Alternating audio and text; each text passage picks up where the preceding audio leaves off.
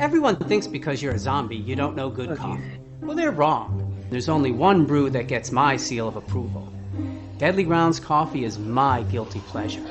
The aroma is so intoxicating. It brings all of my neighbors out of the woodwork. Deadly Grounds coffee. Coffee to die for and zombie approved. It's good to get a little deadly. Use the front door! Oh, they're so disgusting.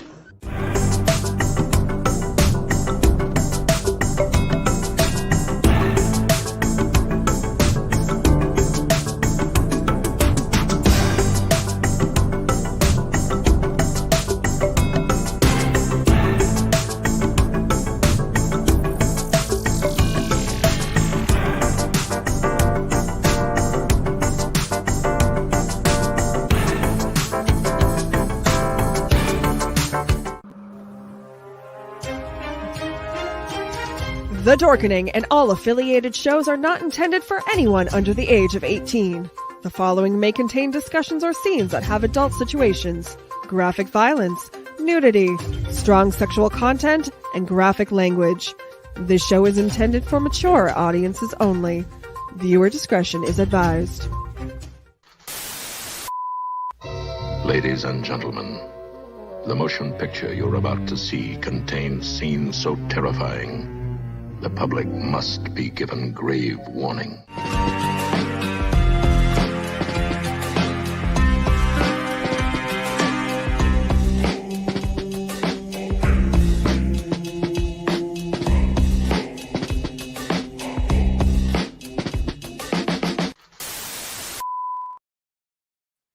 Hello and good evening. Welcome to the Bloody Binge Movie Podcast. I am your host, Sewer Dweller, and we are celebrating WWE Summerslam weekend with one heck of a movie. Today we are watching El Santo and the Fist of Death. For those who don't know, El Santo is a legend, and I mean a legendary luchador. We'll talk about him a little bit before we get into the movie, but he's a legendary luchador from Mexico, of course. Most well known during the 60s and 70s. And one of the things, there's a couple of things with Lucha Libre wrestling, and things like that. You know, most of them wear masks. So masks, of course, they never take their mask off. They very rarely take their mask off in public. And they are actually the big Hollywood movie stars in Mexico. At least they were back in the 60s and 70s and 80s. So needless to say, Santo was one of the biggest ones. Did a lot of action movies and, of course, a lot of horror movies. So the movie we're watching today, the El Santo and the Fist of Death, is actually his second to last movie. He would only make one more movie after this one. And I think he passed away shortly after that last movie, if I remember. But we'll get into all that here in a little bit. But right now, let's go ahead and get into our haunt and horror news for this week. There is a lot of horror news this week. Or not horror news, haunted house news, haunt industry news, because Scream, what is it? Midsummer Scream just got done. Yeah, Midsummer Scream just got done last week. All the theme parks are starting to announce their stuff because they opened in less than a month, in a little over a month, maybe less than a month. I think Universal Studios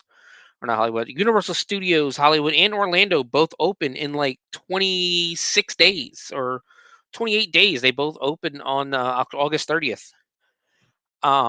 This year, the 29th, of course, being the preview night for 300. If you feel like spending $350 to go see a movie or to go see a haunted house, or to go not just a haunted house, but $350 to go to Universal Studios for the night for less people to be there.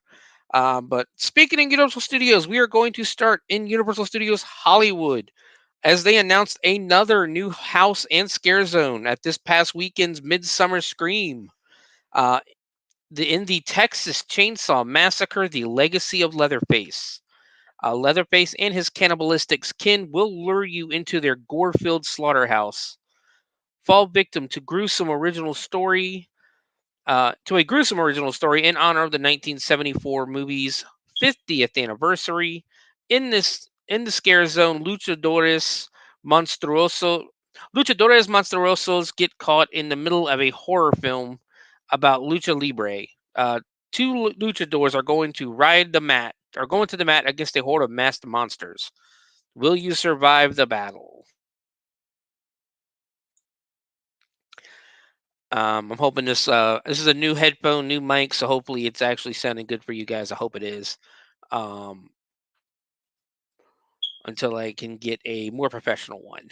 Um, they're going to the mat against a horde of masked monsters. Will you survive the battle? Roaming monsters along French Street will include the cave monster, the horror wolf, and the water demon. Luchador poster art featuring these villains will be available for purchase. So yeah, now we get a Texas Chainsaw Massacre house, another Texas Chainsaw Massacre house at Universal. I think Six Flags is doing some Texas Chainsaw stuff, but I think that's the one that's only down in Mexico. No, the DC one's the one in Mexico. I think the one I'm thinking of is in New Jersey.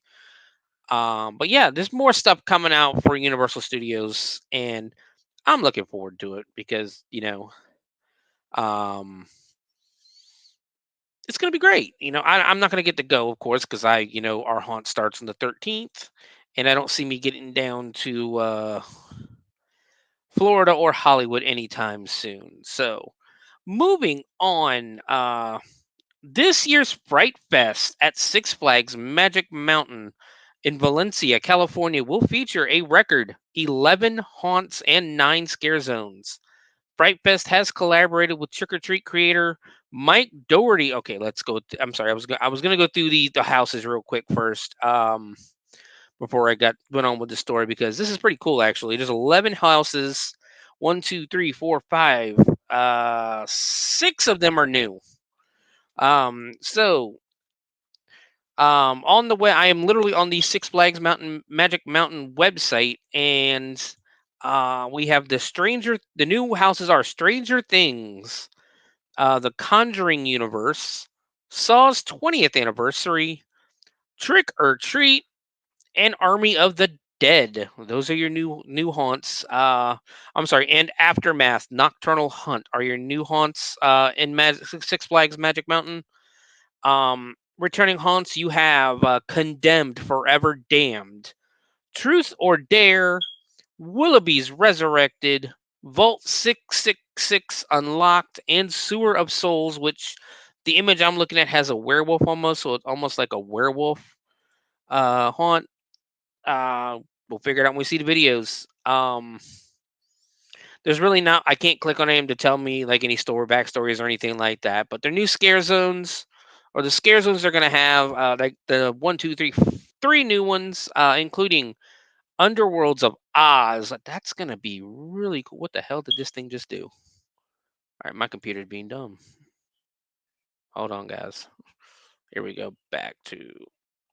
But Underworlds of Oz, Plaza de la Muerta, Grimlore, Ridge, City Under. I mean, those are your 3 new ones. And then returning scare zones: City Under Siege, Nightmare, a twisted fantasy, Devil's Triangle, which looks like a pirate theme, and Carnival, spelled Carniv, Carniv, Hell, Exile Hill, and the Dead Zone. Monstertainment, Sliders of the Night, so they're gonna have their sliders, and Invasion. So yeah, a lot to do at Six Flags Magic Mountain this year. Hopefully, if you live in California, but I mean you can get to it. But Fright Fest has collaborated with Trick or Treat creator Mike Doherty to bring the film's universe to life, including taking guests inside Sam's pumpkin house for the first time. While specific details weren't announced, the team explained how its mazes would expand on the worlds instead of recreating movies scene by scene. Therefore, guests might encounter new characters in storylines. Fright Fest runs select nights from September 19th through November 3rd. Tickets are on sale now, starting at $99 for Fright Fest Extreme admission and $149 for Fright Fest Extreme admission plus Fast Pass. You do need a separate ticket to get into Fright Fest than you would Six Flags Magic Mountain.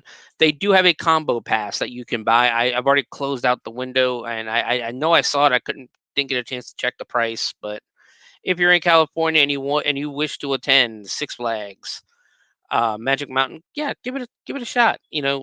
Check it out and try to do both because Magic Mountain seems pretty cool. I've never been to a Six Flags park, surprisingly. But now to come back over here to the East Coast, Howlo Scream at SeaWorld Orlando has announced 4 new haunted houses, 3 new scare zones, and 2 new themed bars coming to this year's event.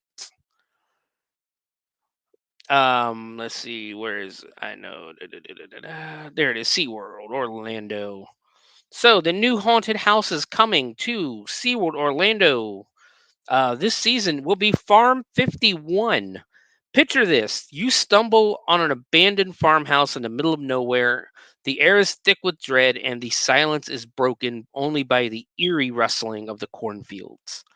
Suddenly, you realize you are not alone. The chilling whispers of extraterrestrial visitors echo in the darkness. They've crash landed and they're not friendly. So we have an alien haunted house coming to SeaWorld Orlando. Um, a returning favorite haunted house, you have Delirium 666. You're invited inside the headquarters of a unique mercenary group established by the government to counter the threat posed by the sirens and other dangerous sea creatures. While these creatures are typically unseen in human-occupied territories, recent attacks on humans at the surface necessitate a swift resolution. We've allowed the public to tour the recently expanded facility to gain support and understanding for the cause, but you will not be alone in your journey. So SeaWorld's got basically a sea monster haunt coming this year, or I guess it's returning this year, which that sounds awesome. Also, new haunted house, Ultimate Gamble. Welcome to the Ultimate Gamble, where the stakes are life and death, and every step you could be your last. Let's see if I can. Twitter's still being stupid. I hope it'll start because I have premium. That's the thing. I have a premium account on X, so I don't know why they won't let me stream there, but hopefully we can get that fixed. But yeah, life and death, and every step could be your last. This house offers a chilling blend of high stakes thrills and ghostly terror. Will you beat the odds and escape with your life, or will you become just another ghostly patron trapped in the casino's eternal game? Face your fears and place your bets at the Ultimate Gamble, where the house always wins. And there's 2 more haunted houses to come. It looks like they're going to be announced. I know they said you keep an eye on their website because they will be announcing. I got the right Facebook page. Yeah, bloody Binge. Yeah, that's my page. I don't know why it's being stupid. But you keep an eye on their page every Thursday, and they'll be announcing more stuff. There are two sinister shows. Hold on one second, guys.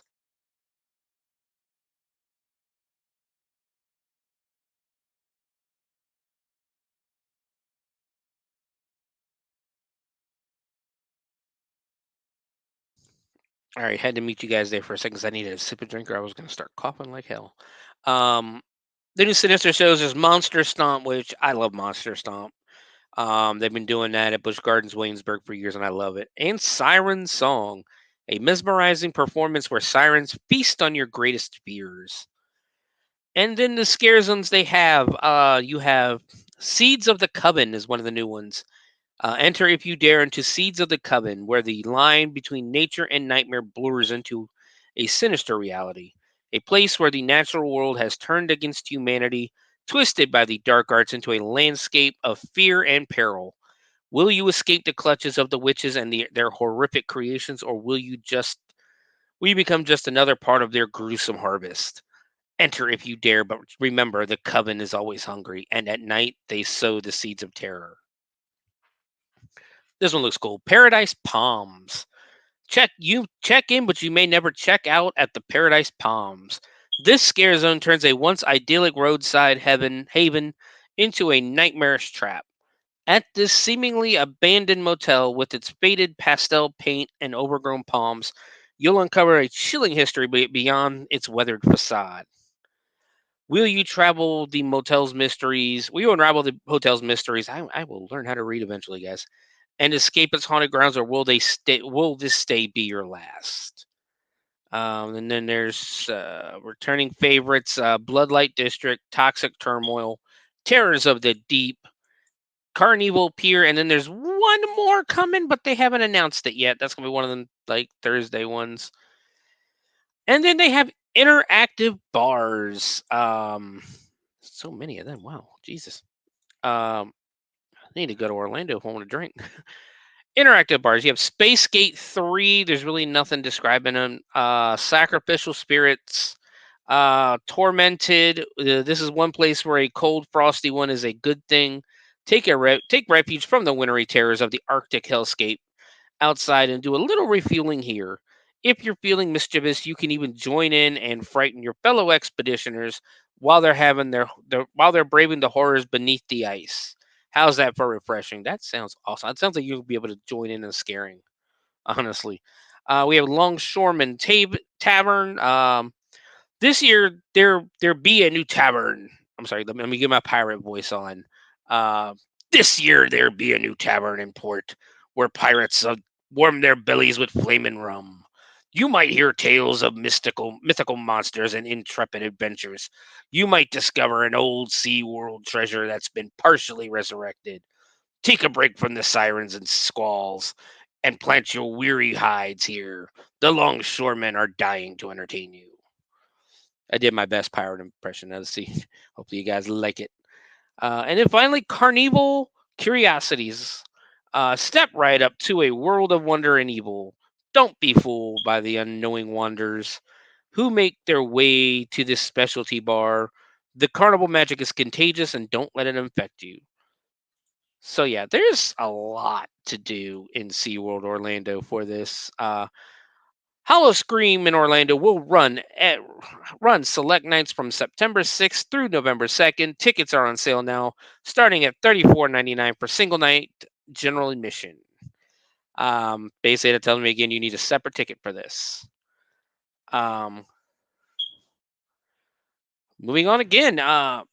Going back out to California, Knott's Scary Farm. That's one of the parks that is on my bucket list. Is going to see Knott's Berry Farm at Halloween because they're one of the original parks to start doing Halloween haunted houses and that. But I would love to get to Knott's Scary Farm in Buena Park, California. They announced that the all new Yours Cruelly Elvira experience at the Walter Knott Theater. This experience will feature classic moments throughout the 20 years the Queen of Halloween performed in the Ghoul Time Theater. Cassandra Peterson herself will appear on 3 select nights during this year's event to meet fans and sign autographs. Learn more and purchase your tickets today on the Not Scary Farm official website. Not Scary Farm preview event Nightmares Revealed returns on August 22nd. This ticketed immersive experience invites lucky guests to be the first to learn about the all-new mazes, shows, and nightmares coming to Not Scary Farm for the 2024 Halloween season. Tickets are $20 and will go on sale Monday, August 5th. If you can go to that for $20, that's a really good buy. And not to mention, they're doing a big Elvira. Elvira did a show out there for like 20 years, every Halloween, and I'm hoping you can't hear my chair squeaking. And I never got to see it because I've never been to California. But Elvira's awesome. I mean, I always like watching her show growing up and everything. So keep an eye out for that. And she's also a really great person. I mean, I've met her a few times at conventions. She does not really dress up as Elvira anymore, though, unless she gets paid like a lot of money. So you'll get to meet redhead Cassandra Peterson, but not unfortunately, you will probably not get to meet Elvira. Moving on, staying in California. When hinges creak in doorless chambers, something big is likely happening. Well, and it is because the Haunted Mansion will rematerialize ahead of schedule at Disneyland in Anaheim, California. The ride has been closed since January for extensive renovations in the outdoor queue area, creating a more spacious experience for guests waiting to enter the attraction. The original reopening date was rescheduled for August 23rd, but Jack Skellington and the Disney team worked their magic to allow the ride to reopen 3 weeks early to guests on Monday, July 29th, so this past Monday. Guests can now ride the Haunted Mansion holiday through the fall and holiday season. Basically, if you've never seen it, if you basically lived under a rock, really. But during the holiday season, usually from I think it's August or September through the holidays, through Christmas and that, they take the Haunted Mansion, the classic Haunted Mansion, and they put a Nightmare Before Christmas twist on it, and it's always fun to watch those videos. Like the dancing ghosts go from being like blue to green and red. Um, a lot of the characters you like from Nightmare Before Christmas are in the mansion and everything like that. And it looks like a fun time. That's another thing on my bucket list to get to California for Halloween one year. But work on the attraction's outside queue is unfinished, though, so guests must use the virtual queue to access the ride. And see, I thought that the outside queue is what they were actually going to be working on. That's what they were doing, is making it like bigger. So I guess we'll have to see. Um,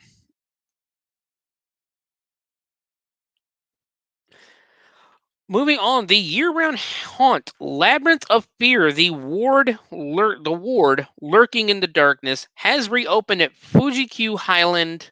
I'm gonna I'm gonna butcher some of these names because this is in Japan, so I am going to butcher these names, guys.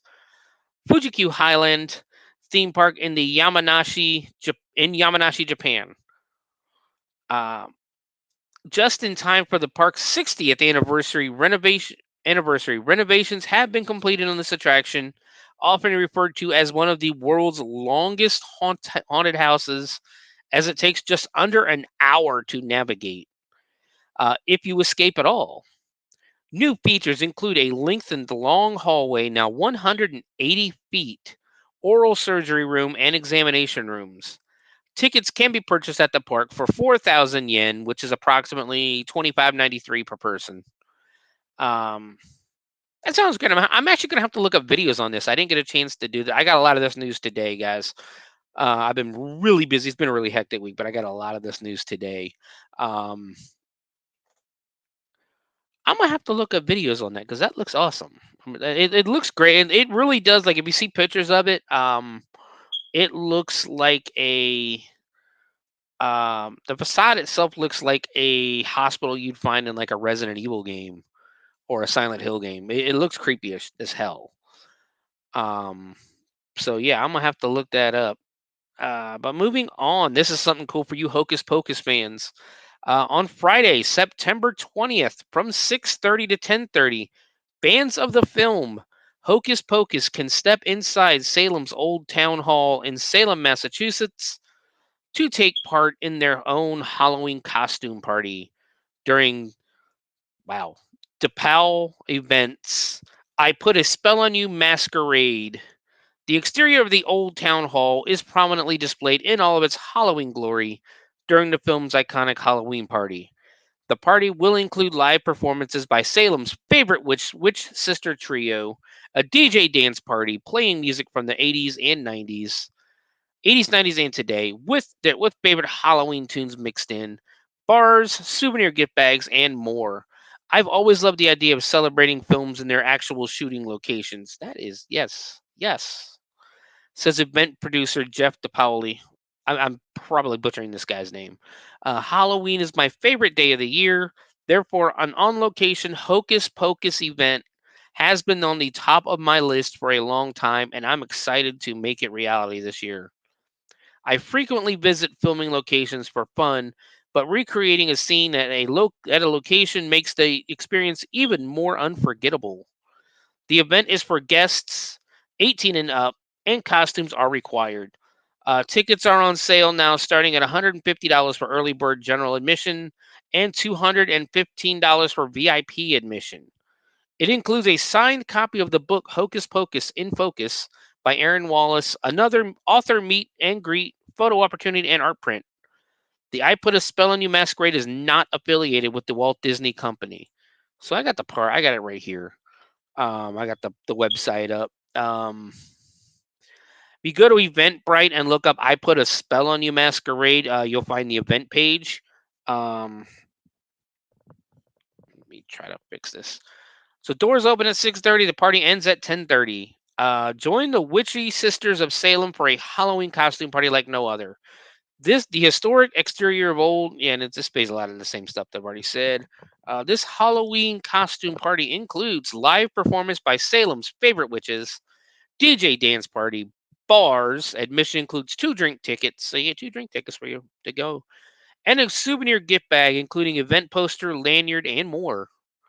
Early bird ticket buyers available for a limited time will also receive a discounted ticket price, a high quality Hocus Pocus concept art of the original I Put a Spell on You scene, illustrated and individually autographed by artist Giacomo Giazza.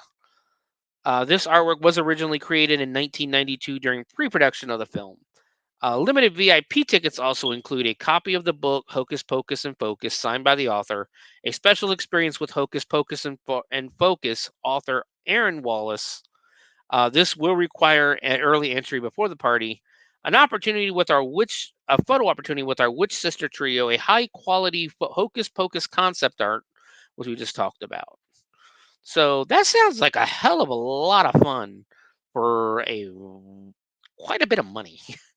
Um, So yeah, we're going. Yeah, that would be again something that would be awesome to go to. Salem, of course, once again on my bucket list of things to do at Halloween. If I ever find a Halloween that I don't do a haunted house. Um, Moving on again back to the West Coast. The Los Angeles Hayride in Los Angeles, California. Season passes are now on sale. Season pass perks include unlimited flex entry for pass holders, 31% off ticket upgrades and add on experiences, and 13% off companion tickets and gift shop purchases. Passes start at $79.99 for general admission season passes, $89.99 for VIP season passes, and $149.99 for platinum season passes. Unhinged. So yeah, if you're planning to go, basically you're planning to go to the Los Angeles Haunted Hayride a lot this year. Season passes are the way to go. What do they got going on? They have Hellbilly Halloween, all new for 2023. Venture deep into the backwoods of Midnight Falls, where a long rumored cannibalistic family has taken in the spirit of Halloween by dishing out diabolical tricks filled with horrifying treats. Of course, the Haunted Hayride. They have all new haunted hay wagons with seating. Um, there's Trick or Treat, local homes inside Midnight Falls spring to life driven by the spirit of Halloween. But it is soon discovered the ghoulish residents have far more tricks on their mind than treats. The wondrous magic of a traditional neighborhood Halloween celebration is turned upside down as terrors stalks the streets in Trick or Treat. That would a haunted house based on trick or treating. Yes. Yes, why not? They also have Midnight Mortuary, Scorched Remains. I like the costuming too. I'm looking at these pictures. And then they also have the Haunted Hayride, like I said. Um, Worth the money. Worth the money. Another thing, again, I do need to get to California for Halloween one year because not Scary Farm, Universal Studios Hollywood for Halloween Horror Nights, Disneyland for the Mickey Halloween party. If you ever get tickets, if you can ever find tickets to that or ever get tickets, you've got the Queen Mary, you've got the Los Angeles Hayride. There's just so much to do, so much Halloween stuff going on in Los Angeles and Vegas. Vegas is another big place. Um, let's see. Moving on.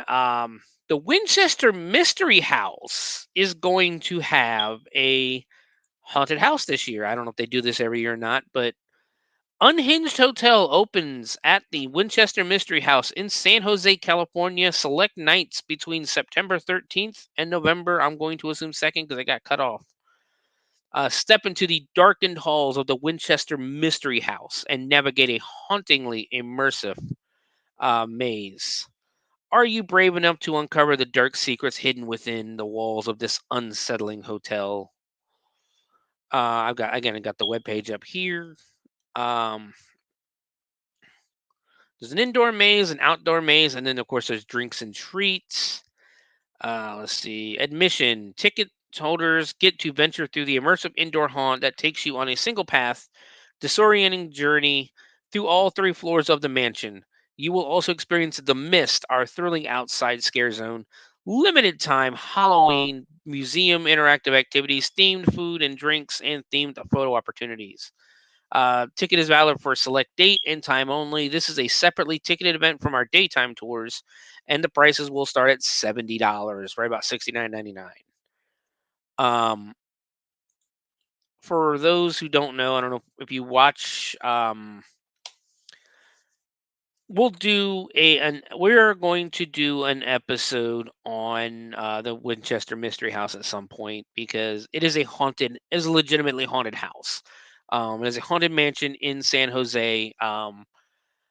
Owned by the widow of the guy who used to, of the owner of the Winchester Rifle Company.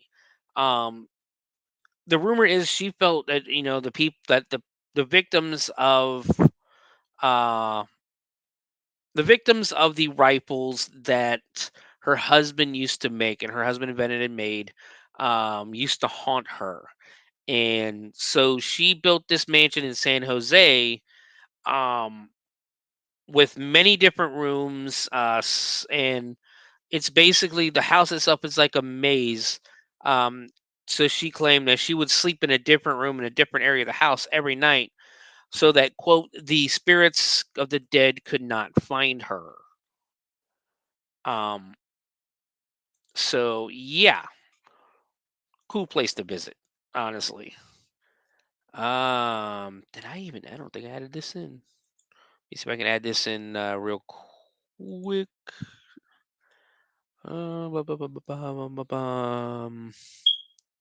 Because there's a picture that goes along with this next story, and I'm hoping I can find it. I might not be able to.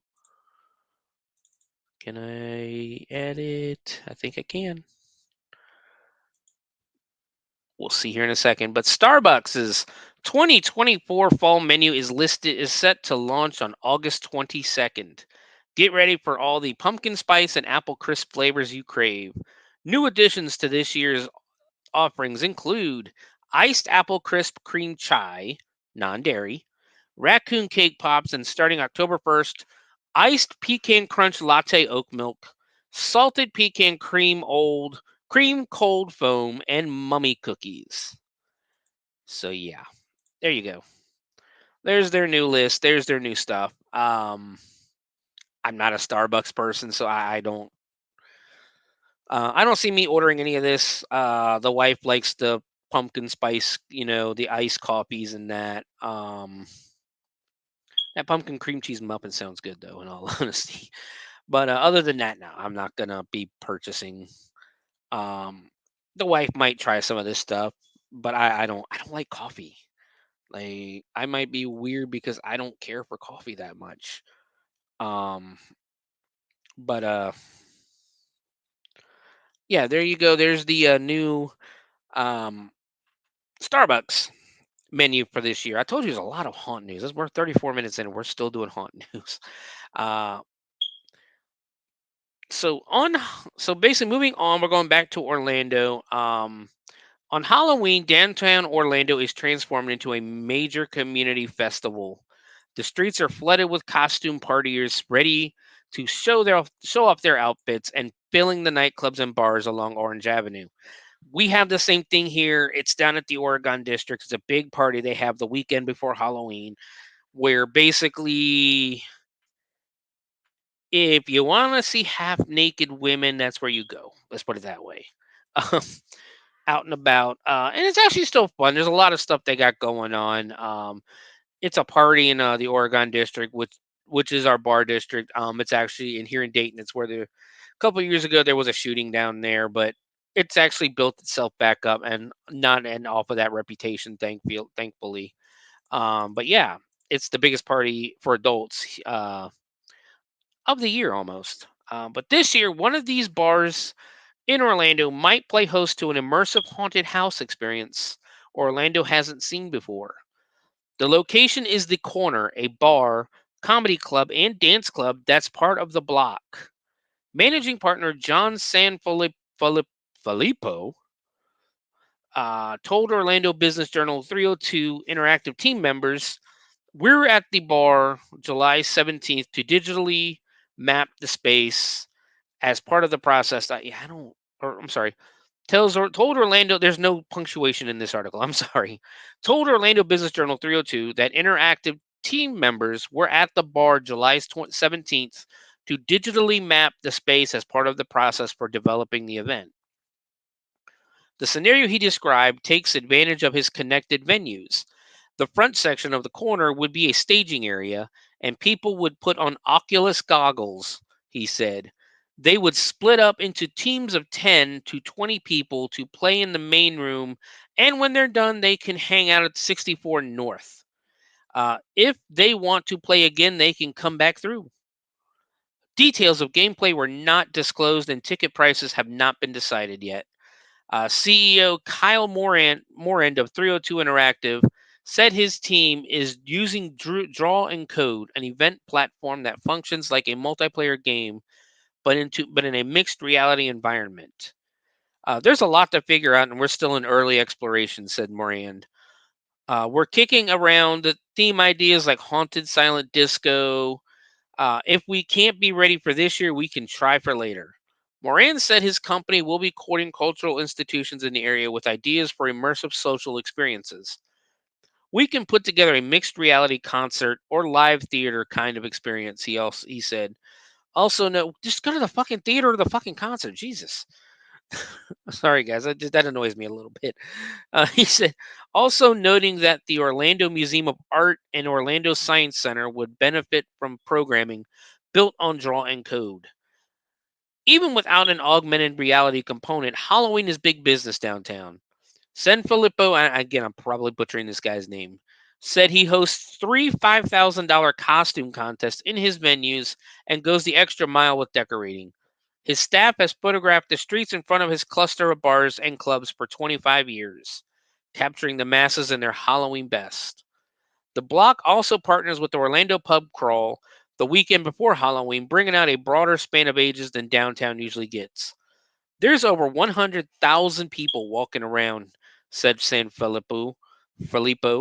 "There are 15,000 on a typical Wednesday night. It's the most you see people all interact with each other. It's something different," said managing partner James DeRozier, also with the block. "It's definitely festive." So yeah, that's something to keep an eye. I'm going to keep an eye on that story because that seems like really cool. If they're able to do it, we'll skip that story. Basically, I'm skipping a stone.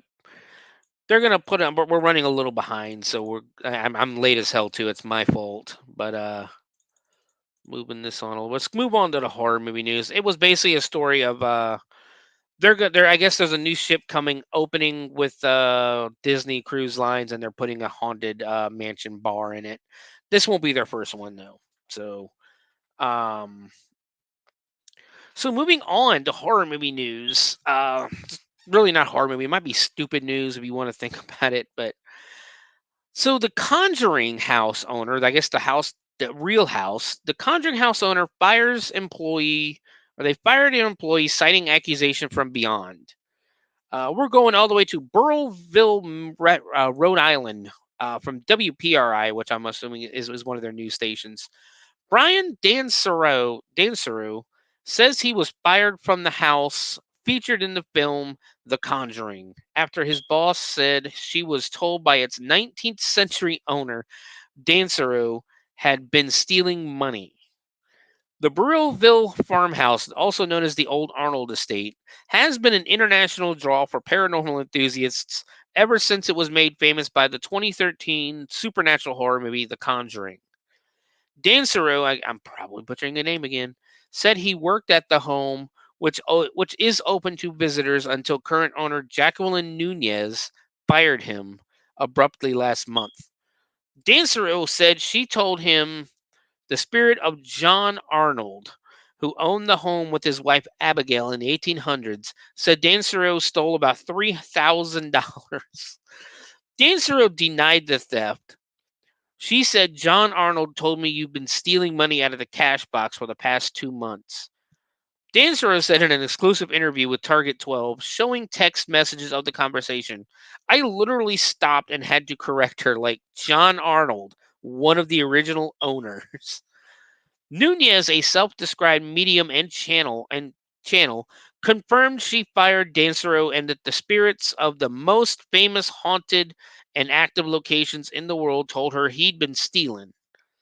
Nunez also said she'd been informed of other matters that are untoward from previous staff and even mischievous ghosts. It does not matter whether you believe in the paranormal or not, Nunez said in a statement. I and every person is entitled to experiences that bring understanding and meaning to our lives, including being informed or warned about wicked actors and actions. As far as Brian goes, my experience with him devolved quickly, culminating in his at-will employment termination. That right there, that says everything. Oh, I'm gonna finish reading the article. I got a little bit to say on this. The Conjuring film was created after Andrea Perron wrote The House of Darkness, House of Light, The True Story, Volume 1. The book is all about the paranormal activity she experienced living in the Arnold estate, which her family owned in the 1970s. Perron said that the family was haunted by Bathsheba, a spirit that was unleashed during a seance gone horribly wrong. But Perron said the paranormal activity happened all the time. It started the first day we moved into the house, Perron said during a 2013 interview with 12 News. We saw a man standing in the dining room who seemed fixated on dear old Mr. Kenyon, who sold the property to my parents.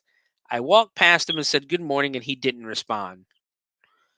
Dancero, who worked as a paramedic before getting hired on at the house, recalled his own paranormal experiences, such as hearing voices, footsteps, and even his own voice talking back to him in the basement. One of the weirdest things was being in the basement by myself in the storeroom and literally having me call me from on the other side of the basement, he said. In another experience, Dancero said a closed door opened up for him as he walked toward it with an armful of boxes. That's a helpful ghost. Dancero said that the experience still makes him smile and that he was sure to say thank you. But Dancero said he has serious doubts about John Arnold ever telling Nunez he was a thief. For a spirit to go after a staff member in that manner, I've never heard such a thing at any haunted venue, let alone the Conjuring House, he said. Dancero this week filed a complaint seeking unpaid wages with the Rhode Island Department of Labor and Training, estimating Nunez owes him $9,000 for uncompensated work. The state agency confirmed it received the complaint. Nunez said her books back up the allegation of theft, showing discrepancies between merchandise orders and cash sales. Nunez also denied owing Dancero any money, saying he's been made whole when counting the stolen money as part of his compensation. Well, even if he did steal them, you owe him $9,000. Even if he did steal that, you still owe him $6,000. So that's not really true. Nunez said she's now planning to file a complaint with state officials and Burrillville because Dancero committed further egregious acts by appearing in YouTube videos slandering her personally and trying to damage her reputation and business at the Conjuring House. This is all I will say on this matter, she added. Dancero described the entire experience as horrible, saying the stress of it all is causing him anxiety and keeping him up at night. This is going to be my sunset job, he said. In all my career, I've never been accused of stealing. So I'm gonna tell you right now, I don't think the guy was stealing. I don't think John Arnold came and told this lady that he was stealing. I think she wanted a reason to fire him, and that's the reason she gave. Because that's something, can't prove it happened, can't prove it didn't happen. How are you going to do that? How can you prove that it happened or didn't happen? And the thing about it is too is Rhode Island, and this is what gave it away, is when she said about she mentioned the at will work state. Yes, Rhode Island is an at will work state. What that means, a lot of people already know this meaning, but what it means is you can be fired for anything. They don't have to give you a reason. The only thing you cannot be fired for is because of your race, religion, sexuality, anything like that. But then you have to prove that's why they fired you for that, and that's very, very, very hard to prove. So yeah, I'm gonna keep an eye on that story because I think it's interesting. I think it's funny because let's face it, guys. She didn't talk to John Arnold. She just wanted a reason. She didn't like the guy, and she wanted a reason to get rid of him. When in reality, you don't even need a reason.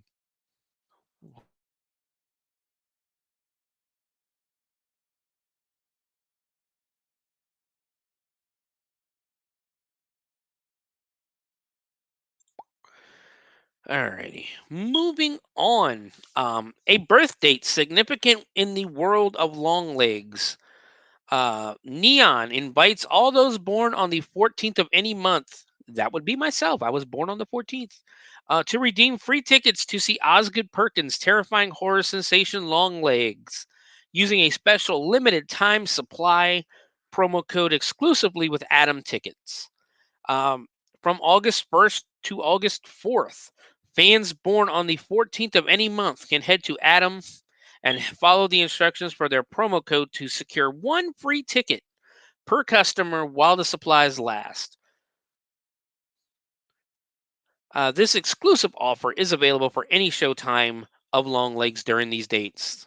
And like I said, I was born on the 14th. So I will be there. You too, Jen? There's a you too, Jen? Well, I mean, go to Atom Tickets and you can get a free ticket to go see Long Legs. I think it's Atom Ticket. Yeah, you go to Atom Tickets, I think, or I don't think because they didn't have the article didn't have the website. Come to think of it, but you got to look up Atom Tickets. You should be able to get a free ticket to go see Long Legs. Long Legs, which has been called one of the scariest films of the year, is written and directed by Perkins, the Black Coat's daughter, and the monkey, and stars Micah Monroe. It follows and they follow Blair Underwood. Everybody knows who Blair Underwood is. Alicia Vitt, I'm sorry, and Nicolas Cage. Longlegs has earned over $70 million worldwide since its historic opening on July 12th and has surpassed Parasite to become Neon's highest grossing film of all time. Longlegs is the top grossing R-rated horror film of 2024. This article, I got a problem with this. Hold on one second. And in its third week of release, has become the highest grossing indie horror film of the last 10 years at the United States box office. Okay, this article was written yesterday. I don't know if the author realizes that Deadpool and Wolverine is an R-rated movie as well, and I'm pretty sure they made $70 million like on the preview night. Well, they made $29 million on the preview night, but they were at $70 million like probably 3 hours into Thursday last week or Friday last week. It like Deadpool and Wolverine made like ridiculous money last week. So I don't know how accurate that is that that it's the highest grossing R-rated movie of all time, or it's just someone's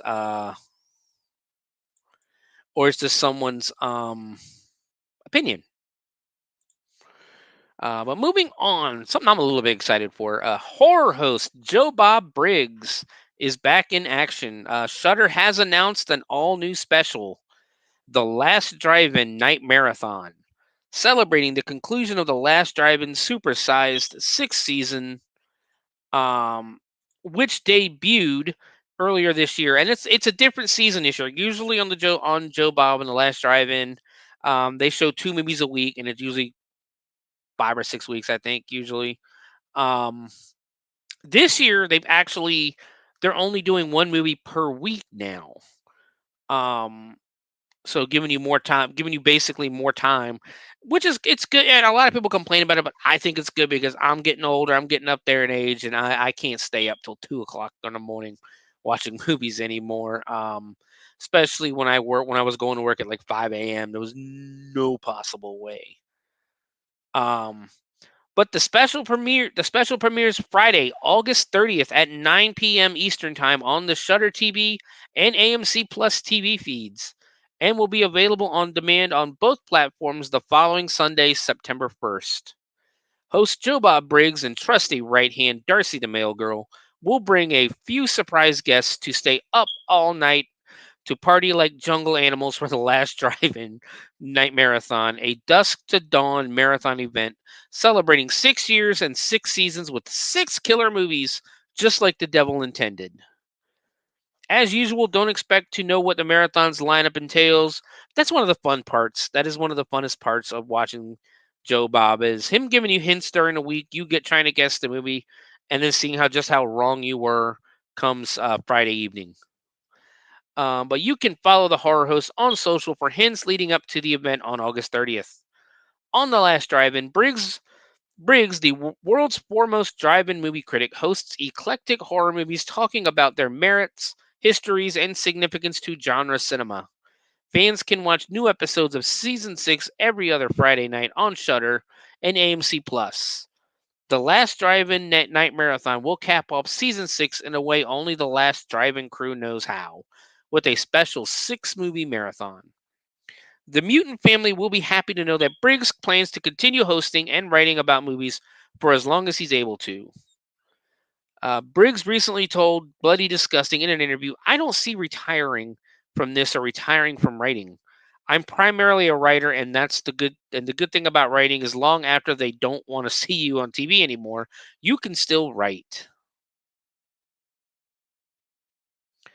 The difference today, though, is I was pretty much the only guy doing genre films when I started.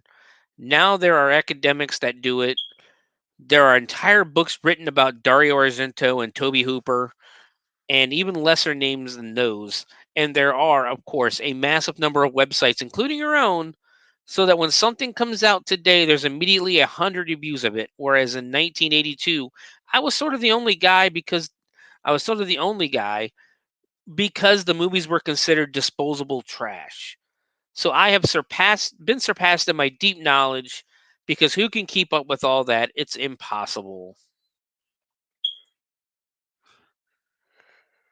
That's right. And that's exactly what he's saying is he's going to keep writing until he can't do it no more and once people don't want to see him on TV anymore, which that's not going to happen you know, because it's Joe Bob. Who doesn't want to watch Joe Bob? I love Joe Bob. Um he'll still he said and he's up there in age. He is up there in age. Once he can't basically do TV no more, he'll go to and he'll keep writing until the day he dies. The Last Drive-In with Joe Bob Briggs is produced by Matt. I'm going to butcher this name. Man Joyrides and Justin Martell, and directed by Austin Jennings. I love Joe Bobby. For the longest time there, it was like the highlight of my week, or every other week, because he's always on every other week. It was a highlight of my week. We'd get some pizza, get some of that old food you used to get in the '90s, get some alcohol, or get some drinks going, and sit down in front of the television and just watch Joe Bob do his thing all night long. That was a great Friday. That almost brought you back to the old '90s Friday nights of going to Blockbuster, renting a couple of movies, renting a video game to play, getting a 2 liter of soda, getting your mom or your parents to order some pizza, going up to your bedroom and just vegging out all night long. Even as an adult, that's one of my favorite things to do. We'll get on certain nights, we'll get food, we'll go back, we'll watch a bad horror movie, and we'll just veg out for the night. It's awesome, it's great, and that's what Joe Bob brings. Joe Bob encourages that kind of thing. And now we're adults and we can do what we want. Um, so moving on to the next story. 5 years after the third season arrived on Netflix, the team behind The Toys That Made Us has announced that fourth and fifth seasons of the nostalgia series are coming soon. I know this isn't horror movie news, but it's about toys. I love toys. We're going to do it. Season 4 and 5 episodes were revealed during Comic Con on Saturday, and they include Ghostbusters, Hot Wheels, fast food toys, Pokemon, Polly Pocket, superhero toys, Nerf, American Greetings, uh, and American Greetings. In the toys that made us, the minds behind history's most excuse me.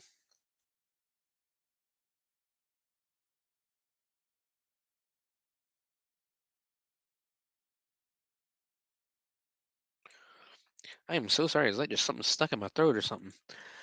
But in the toys that made us, the minds behind history's most iconic toy franchises discuss their billion-dollar creations. You can stream all three available seasons on Netflix. Topics covered in the first three seasons include Barbie, Star Wars. I had a bunch of Star Wars toys growing up. He-Man. I had the entire collection of He-Man. That's a story for later. But my mom gave it away, and to the day she died last year, I reminded her on a weekly or monthly basis. I would bring eBay up and go, "Hey, mom, look how much Castle Grayskull's going for." GI Joe, another thing I grew up with and played. Star Trek, Transformers, Lego, Hello Kitty, Power Rangers, Teenage Mutant Ninja Turtles, My Little Pony, and of course, pro wrestling, which I do still have some of my pro wrestling figures. I'm a big pro wrestling fan, and I have what explains this show this week. And I do have my pro wrestling toys. But the episode list for the next seasons, episode 1, superhero toys. Episode 2 is going to be Nerf. Episode 3 is Pokemon. Episode 4 is American Greetings, which made your Mad Balls, your My Pet Monster, Care Bears, Strawberry Shortcake. Episode 5 will focus on Hot Wheels, another huge thing I had as a kid. I used to love playing with my cars as a kid. Ghostbusters, Polly Pocket, and then fast food toys. So that's going to be fun. That's going to be really cool. Let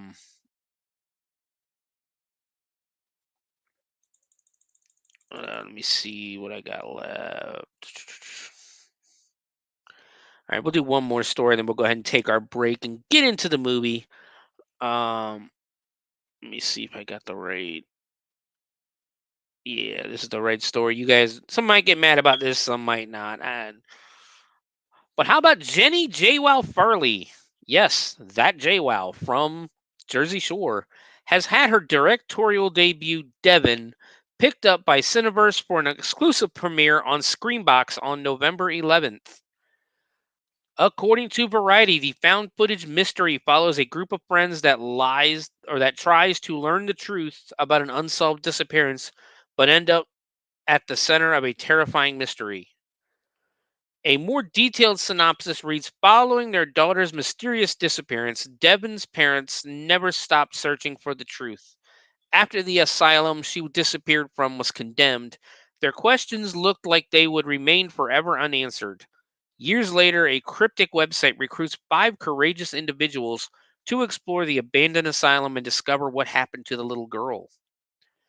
Unaware that they are embarking on a perilous one-way journey, these individuals delve into the sinister depths with only their equipment, leading to a terrifying and deadly experience. Variety reminds that JWoww is best known for her appearance on MTV's Jersey Shore and its spin-off Jersey Shore Family Vacation. Cast details for Devon are still under wraps, but fingers crossed Farley's Jersey Shore co-stars make an appearance. Who doesn't want to see Snooki as a final girl? I don't want to see Snooki as a final girl. In a statement, Farley expressed her excitement to be joining the Screenbox family. I'm thrilled to be diving into the horror space alongside Cineverse and Screenbox, who have the industry and fandom knowledge to see that Devin lands in the hands of the right audience. As a longtime reality TV veteran, I'm excited to kick off this new chapter in the horror movie genre and hope that Devin is just the beginning. New chapter in the horror.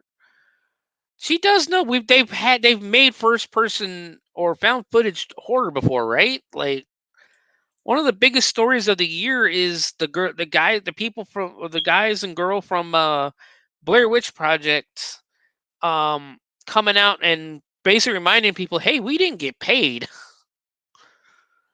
Um but yeah, of course, JWoww isn't the first reality star to make the jump into horror. The Simple Life star Paris Hilton got to meet a grisly death in 2005's House of Wax. And keeping up with the Kardashians, Kim Kardashian starred in the latest season of American Horror Story Delicate. Devin hits Screenbox on November 11th. We'll bring, and yeah, we're bringing the news that goes in.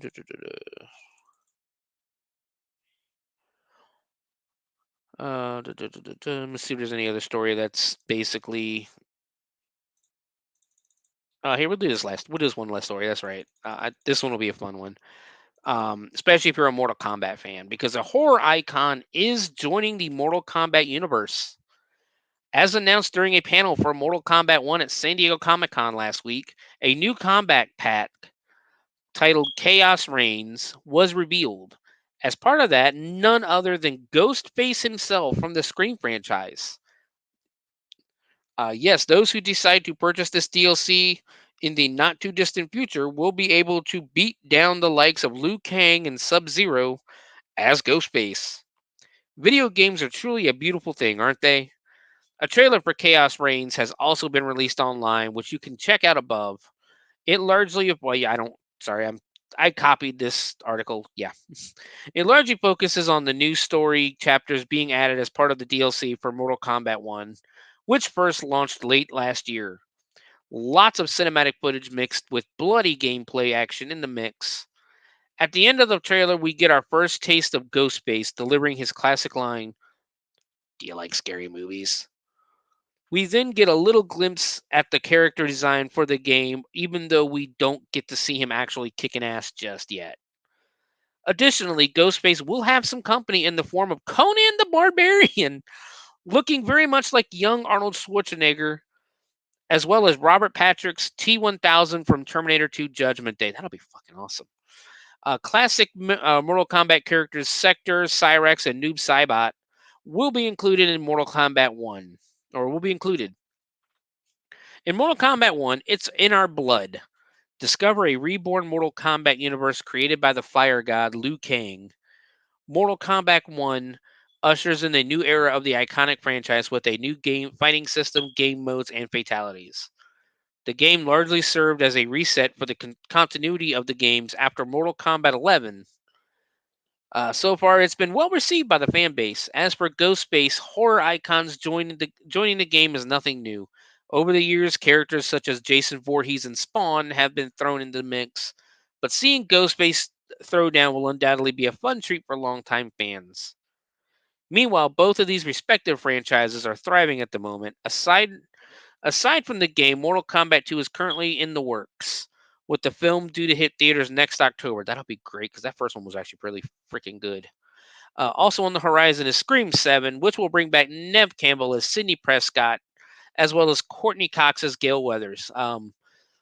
That was in the news today, too, is that apparently Scream 7 is going to be focused a lot more on Sidney Prescott's character than anything else. But Mortal Kombat is available now on console and PC. Chaos Reigns drops on September 24th. For more, check out the list of scary movies to watch. All right. So, yeah, that's going to be pretty awesome. That is going to be pretty freaking sweet. I would love to do that. But, guys, we've been going for an hour now talking about the news, and I knew the news was going to go long because of how much haunted house news there is this week. But we're going to go ahead and take a quick break right now. And when we come back, we're going to dive into El Santo, Fist of Death. See you in a minute.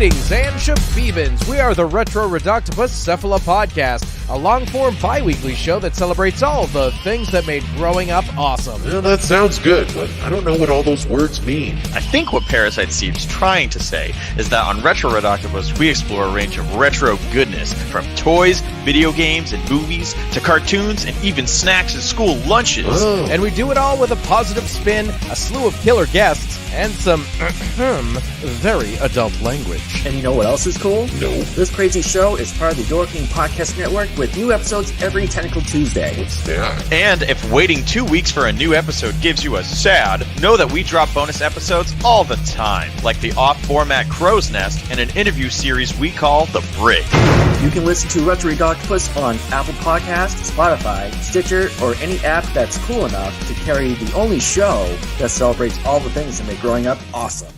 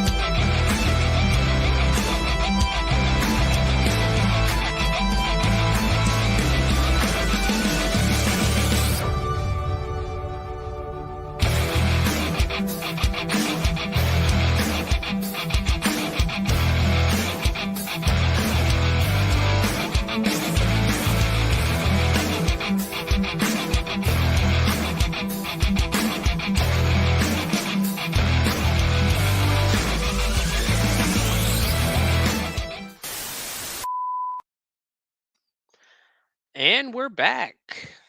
I hope everybody enjoyed their quick 3-minute break there. We're here this week again. We are celebrating. We are on the eve of WWE SummerSlam. For those who are not wrestling fans, SummerSlam is like the WWE considers SummerSlam the second biggest show, but I don't agree with that. I think the Royal Rumble in January is bigger than SummerSlam. But this is one of their big arena shows that they do every year. It usually is later in August. But the past couple of years they've been putting it at the beginning of August for reasons. But yeah, it's usually like the end of summer is what it usually like came to. It was like almost like basically the week before Labor Day and that, or yeah, growing up. But so I decided, since it is the second biggest show of the year for wrestling, why the hell not do do a wrestling horror movie, which ended up being a wrestling, more of a wrestling action movie. Um, and I decided, I could have done a lot of movies. I could have picked one of Hulk Hogan's movies, Mr. Nanny, Suburban Commando, Santa with Muscles, or one of my favorites, No Holds Barred. But people have done those. We already did Body Slam back in, in our very first episode on WrestleMania weekend. We did Body Slam with Roddy Piper and the Wild Samoans, which rest in peace, Sika. Sika from that one of the bodyguards, one of Mr. Kim's bodyguards from the movie, passed away recently, about a month or so ago. Sika was actually Roman Reigns' father. But he passed away, so rest in peace, Sika. But I could have done, any Roddy Piper's movies, like They Live or Hell Comes to Frogtown. But again, people have done those. A lot of people have done those, and I want to be able to put my own twist on something. I could have done, there's a lot of horror movies out there with wrestlers in it. I was going to do WrestleManiac with Rey Mysterio Sr. in it, Rey Mysterio Jr.'s uncle, but couldn't find it. I could have did Pro Wrestlers versus Zombies. Again, fun movie. I love that movie. But people have done it. So I went a little deeper, and I used to watch a lot of these movies growing up. And the thing about it is, especially when I used to work at for a couple of summers, I worked at a haunted house in Virginia Beach called the Nightmare Mansion. We were a year-long haunted house right on the beach, and I would sit up in the actors' room and wait for people to come in. And needless to say, if you're at the beach during the day, the last thing you want to do is go inside a haunted house. So during the day we were steady, but we were never really like flat out busy. So during the day, me and whoever was there, upstairs with me, or if I was most of the time I was by myself, we would just watch horror movies all day long. I would rent them or bring my own from home, and we would just sit upstairs and watch horror movies all day long, waiting to scare people. And needless to say, it was a great experience. It's one of my favorite experiences, ever, watching horror movies while scaring people. It was awesome. And I watched a few El Santo movies. I had an El Santo box set.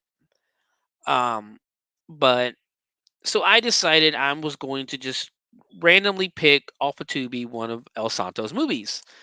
And so I chose this one, this is El Santo's second to last movie. Um, as he did, this movie came out in 1982, and he did pass away in 1984. So he would only go on to make one more movie after this one, and then he would unfortunately pass away. But El Santo's real name was Randolfo Guzman Huerta, best known by his ring name El Santo, which in English is the Saint. Um, he was a Mexican luchador, uh, actor, and folk hero. One of the most famous and iconic Mexican luchadores, and has been referred to as one of the greatest legends in Mexican sports. Which, yeah, he really was. His wrestling career spanned nearly 5 decades, during which he became a folk hero and a symbol of justice for the common man through his appearances in luchador films and comic books, telling fictionalized stories of El Santo fighting for justice.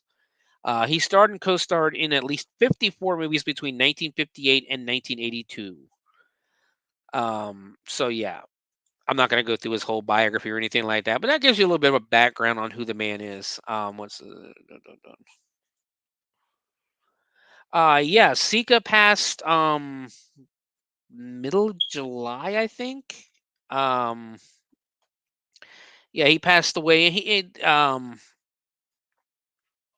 I can't remember what he died of, but I think it was like natural causes though. Um, but he was and he's Roman's father. Um, but like I was saying, that was a little bit of his background. He wrestled for a very long time. He was very well loved, very well and very well revered in the industry because of the movies. And that's the thing about Lucha Libre, and even in Japanese culture, their wrestlers are heroes. Or America, wrestling's nowhere near as popular in America as it is in like Japan, Mexico, England, and other places.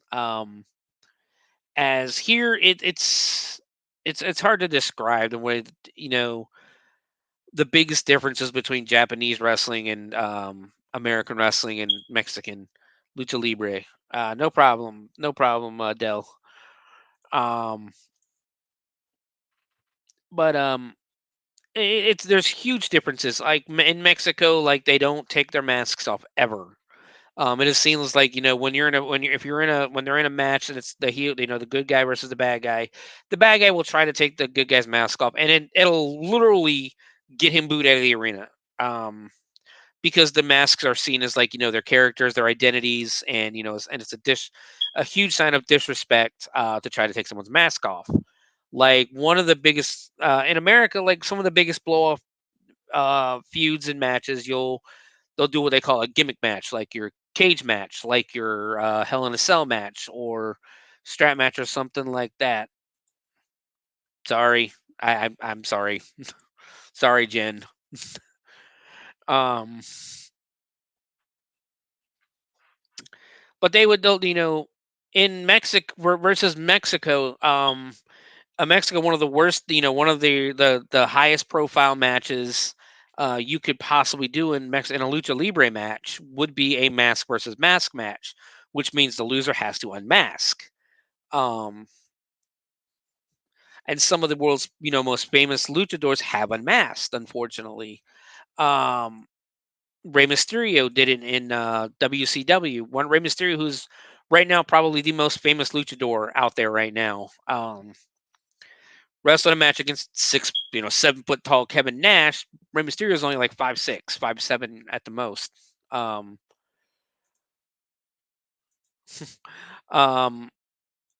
and they had a match where it was hair versus it was Kevin Nash's hair, which he had long hair at the time, versus Rey Mysterio's mask. Where if Rey Mysterio lost, he was going to lose his mask, and if Kevin Nash lost, he lost his hair.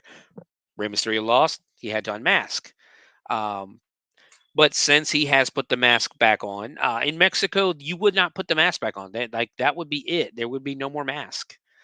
And even to the point where, like in Japan, it's a lot of the same culture in Japan where they have tiger masks.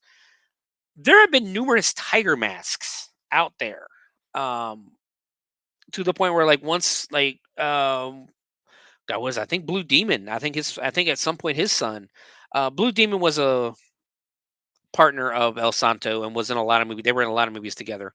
But Blue Demon's son eventually took over. But I digress. I've been speaking on this way too long. So the movie is, like I said, 1982. It's not really a horror movie, which is fine. It still fits into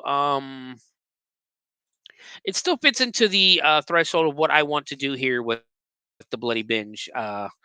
As it is Santo would be considered a cult actor, a cult classic. One of his more famous movies, of course, is Santo versus Frankenstein's daughter, Santo in the Wax Museum. But this movie was put out in 1982. Director was Alfredo B. Cravena. It was written by Alfredo Cravena, Ramon Obon, and Sergio Alvarez. Basically, in the Far East of the star of great power is stolen by an ambitious woman who was jealous of the jungle girl who was sent by the gods. Also succeeds in. Yeah, I'm not going to read the rest of that because it kind of gives away the movie. But there's not a lot of people in here that anybody's really gonna know. And the thing about it is, if you decide to watch this, if you decide to watch it on God, what do you got? Tubi. You're going to get the English version. The thing about it is none of Santos' movies was ever released in America, or like were ever released with English, basically with English subtitles or anything. Like when I was watching them in the haunted house in that box set that I had to watch it in Spanish. I know very little Spanish. And you just had to figure out what was going on by what was happening, but they were still like such fun movies. So if you go to Tubi and you watch this movie, you're going to get a dubbed version. Like halfway through this movie, I realized they don't even have the original soundtrack playing in the movie. There's a scene where there's a waterfall, and it literally is the waterfall. It's a big waterfall, but the sound that the waterfall's making is like if somebody has a glass of water pouring it into a sink or like a bowl of some sort with water already in it. Like, and it kind of gave it away. But let me bring the movie back up here. The movie stars Steve Chang as Princess Chinka, or Prince Chinka. He's only ever done two things. As Prince Chinka, The Fist of Death and The Fury of Karate Experts. So it might be a sequel. Sandra Duarte as Nina de la Selva. I don't really know who that is. Frankie, you have Ishmael Ramirez. There's really no characters here for them. Santo as an El Hombre Sin Rosa. He basically plays Santo. Okay. You have Grace Rennet, who plays both Kungyan and Kiria. The twin sisters. You have Cesar Sobrevels as Raguri. Carlos Suarez as Cliff. Tinieblas, who is playing Tinieblas. Again, I'm probably butchering a lot of these names. But let's go ahead and get started in the movie. El Santo and the Fist of Death. So the movie opens up and is basically a group of women they're all wearing white gowns, and in the center there's a guy in red, like kind of like bowing down and worshiping an altar that has this glowing rock all on it. There's fire all around, all that good stuff. It's your typical island sacrifice style scene, really. Um, then you hear a female voice come over, and it tells us that the magical alignment of the astral equinox is about to occur, and the infinite energies of the cosmos will descend upon us. We trust the endless grace of the star will bring health back to our poor, sick, and ailing people. Um, I'm gonna tell you right now, there's a lot of boob jokes in this because holy crap, the the woman who plays both Kun Yang and Kiera, or Kiria, I think it's Kiria, I think is what they said her name was. I'm sorry. Um, are both well. She's a well endowed woman, and there is so much cleavage, and the camera makes sure to focus directly on the cleavage in this movie. So I am not going to lie. I do make a lot of cleavage and boob jokes because it's fucking hilarious how often they do close-ups on breasts. So fair warning on that one. But a woman in a white feathery dress and feathery headwear welcomes another woman in a black dress and a tiara as her sister. This is Kunyang and Kiria. Um, I'm going to keep calling them probably feathery dress and black outfit until we get to the point in the movie where they tell us their names, because holy crap, we go so far into this movie. And that's one of my, if you listen to the show weekly, that's one of my biggest things. Let us know these people's names. Don't wait an hour or two, like an hour or so into the movie to tell us, hey, this guy's name is Greg. Just tell us at the beginning of the dang movie. Um, but um, the guy in red steps forward and he says, "May the magic of the great power always be by your side." And I actually did write down, well, did he just say, "May the force be with you"? That's really what it sounded like he just said. These two shirtless men carry another man into the shot, almost like on a stretcher. He appears to be sick and can't walk. Basically, he's a young boy and he can't walk. White Feathers says a prayer over a glowing stone, asking the star of power to allow this, young one to walk again. We cut to the sister in black looking on, and then to a very wrestling-looking character in a leotard with a cape and one of the most luchador-looking masks I have ever seen. It is clear this guy is a wrestler. We cut to the group of women in white again, and one is like kind of giving an eye to the luchador guy, and he nods at her. Then we go back. The white feathery sister continues her ritual or prayer to help make this boy feel better. I don't know why and it's one of the things where it's like she's going to the star or the rock, whatever you want to call it, picking up, like she's grabbing water and like dumping invisible water on the man. And I'm not gonna lie, I did write the joke. I was like, I don't understand why she just doesn't smack him in the head and go, healed, like in God's name, you are healed, like those TV priests do. Like I know, I'll show myself out. Don't worry. Meanwhile, the young boy is staring at the black outfit sister, like he's just staring daggers into her. And I can't blame him, as because again, we realize she's wearing a bikini top and cleavage is out. Feathery sister tells the boy the energy of the cosmos is now with you. The guy in red tells him to rise up and that the energy is now with him. The boy does a really good job of acting because he stands up and it's like he's learning how to walk again, so he's still stumbling a little bit and he's can barely get up. People are holding up. Two of the shirtless guys are holding him up, and he slowly walks off. He looks happy, smiles. He's able to walk again and walks off. nobody looks impressed though. Like everybody's looking at us like and if this was actually really happening in front of you, you'd think somebody would be like, "Oh my god, that guy can walk again! Holy crap!" Nah, they're like, "Yeah, we knew this was gonna happen. Yeah, all right, fuck off. You're walking again. Great, fuck off." And a matter of fact, that the sister in the black outfit looks pissed. Now they bring another person forward, and it's a blind man. Feathery Sister says that the radiant tranquility of the star will bring light to his eyes again. Hey, she touches the star and slash glowing rock again, and again acts like she's lifting water and like she's washing his eyes out with it. Um, and I just realized this chick has some really long nails. Like she's gonna poke his eye out with them nails. The boy looks at her as he can the boy, it's obvious the boy can see because he looks at her as he can see again. Another shirtless man walks over and helps the boy walk away. He's excited, ecstatic he can see.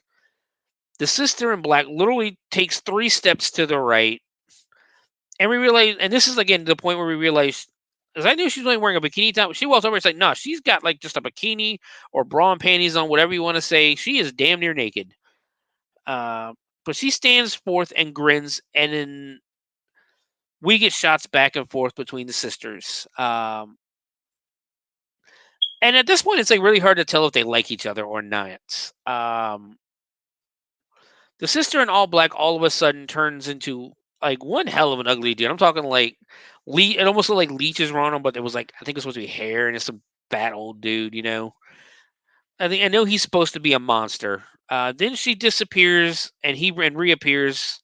Like every time there's like this thunder and a flame goes in front of the camera, and she turns into something else.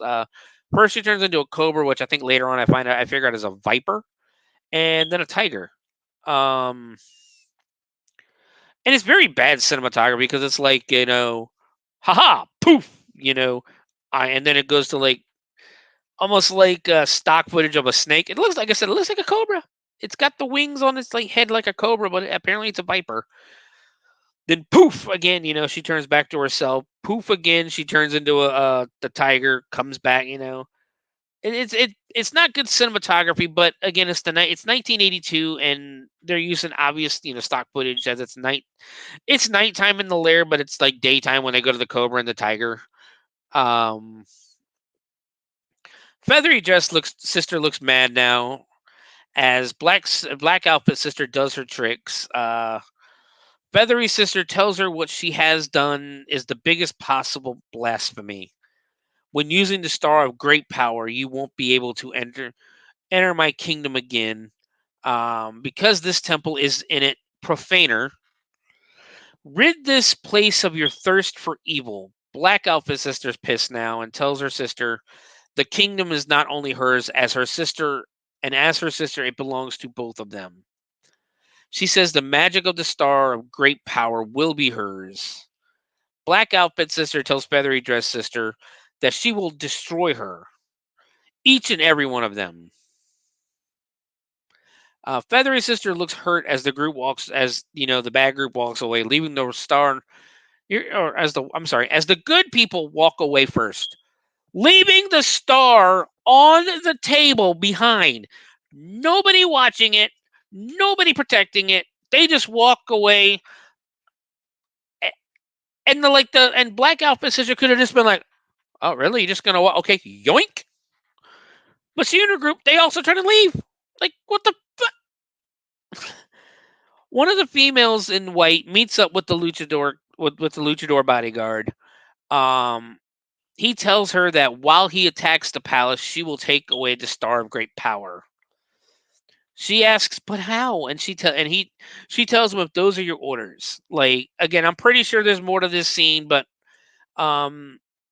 this and I'm pretty sure this is like a cleaned up version of the movie too. It doesn't have a lot of stuff in it. Back at the altar, two of the shirtless men who weren't there a minute ago, by the way, they weren't there when Feathery sister walked away, leaving the star unguarded, are now standing guard over the star. When Luchador bodyguard when the luchador bodyguard basically comes out and just starts attacking them and pretty much just beats their asses. Like, just beats the tar out of these guys. The white gown lady seems like she's, fighting her own personal battle as she steals the star and runs off with, like, she's like, do I do it? Do I not? Whatever. Meanwhile, luchador guy is still beating the brakes off of both of these guards. I'm talking like just smacking the shit out of them. He walks over, meets with White Gown again, and tells her that she has fulfilled her mission. He takes the star and says, Kyria, the Black Alpha sister, which, I mean, we got to learn her name pretty quickly. Will be pleased. Then dude just walks away, and she's like, I'm gonna go after him, and she scurries right after him. So now we cut to basically a stone palace where inside White Feathery Sister is in her bikini now, is standing as the guy in red paces the study. Feathery Sister says that her sister has let evil take hold of her. They need help. Red Outfit guy says they must talk to the Oracle. Now we cut outside to a rose garden where a yellow wreath is surrounding. It's a golden. Oh, I said a golden lucha mask, but it's like a golden Aztec skull. The Oracle breaks the news to them right away that the star has been stolen. By her sister. Feathery Sister is fucking shocked at this news, even though Kyria just fucking told you what she was going to do. She literally just told you she's going to steal. That she was going to steal the star. And the Oracle goes, "Your sister has stolen the star of power." And Feather Sister's like, "No, I fucking shot. Really?" Feathery Sister asks who can help them. Then there's a very long pause as nothing is said. Like nothing is said.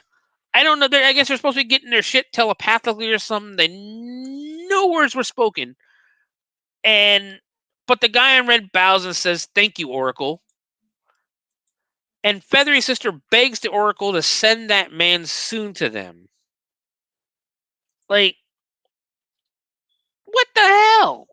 Nothing was said. Again, I'm assuming because this is like a, what do you call it? What do you call it? Not really enhanced, but almost like a cleaned up version, restored version of the movie in English. And I think they're leaving parts out. I'm pretty sure they're leaving parts out. But we now cut to our hero El Santo in a 6-man tag, or what they would in Mexico they call it a trios match. These are and they're very popular in lucha. As the rules are it's the same rules as America with tags, except in a Lucha Libre match, 6-man trios tag or a trios tag match, you wouldn't tag. You don't have to tag to get in. So if like your partner gets thrown over the top rope, you can jump in. And Santo is standing on the apron as the crowd cheers for him. As the two other guys are wrestling in the ring. He keeps looking around, and they're cheering Santo, Santo.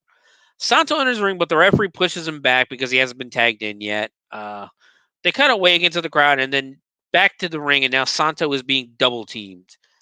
We get some cheesy fighting noises as Santo is being now triple teamed in the match. And basically, the opponents slam him on his back and they start stretching his legs out, and the other one essentially kicks him in the groin. The two of them try to pin him, but Santo kicks out. The man in red shorts, literally what the captions called him. It says the captions called him the man in red shorts. They're all three in red shorts. That's yeah. He's crying, saying he's like, he hurt me, which I thought was fucking hilarious.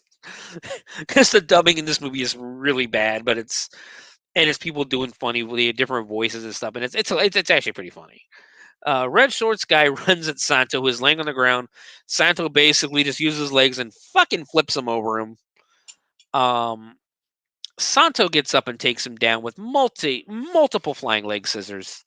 Then they wrestle around for a bit before Santo throws the man out of the ring. Now Santo is basically kneeing the guy in the gut. Like he keeps cutting away to the crowd and it comes back and Santo's beating the shit out of this guy again. Santo is like kneeing the guy in the gut, hits a back body drop 3 times in a row. Santo puts the man in a camel clutch, but his tag team partner breaks it up. Now Santo just repeatedly punches the guy before we cut away to the crowd again. His tag team partner gets in and he gets double teamed by Santo and his partner. And eventually Santo pins one of the opponents and, his tag team wins. The crowd cheers as Santo and his partners, their arms are raised in victory. And we cut now to the locker room, where Santo was walking out of the shower, still in his gear, and tells there's a bald guy there named Cliff. He tells Cliff that they need to leave here early tomorrow as they have a really important mission now. Cliff asks where they're going, and Santo tells him don't even ask. And Cliff's like, mother, not this shit again. Why me? Now the voice that the voiceover actor is using for Cliff does not fit this dude at all.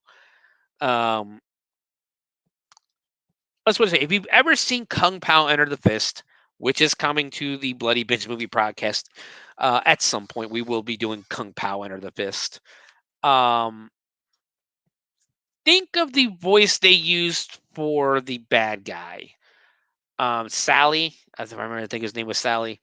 Think of the voice they used for the bad guy, Sally, and that's essentially the voice they're using for Cliff. Cliff's a pretty big dude, pretty big bald guy. Voice doesn't fit him, basically. But we now cut to a group of people in karate gis walking up. I call them karate gis, but they're just gis, really. Walking up to the house where Feathery's sister lives. And good Lord, again, I mentioned the cleavage in the movie is epic at this point. Because, they're barely being contained.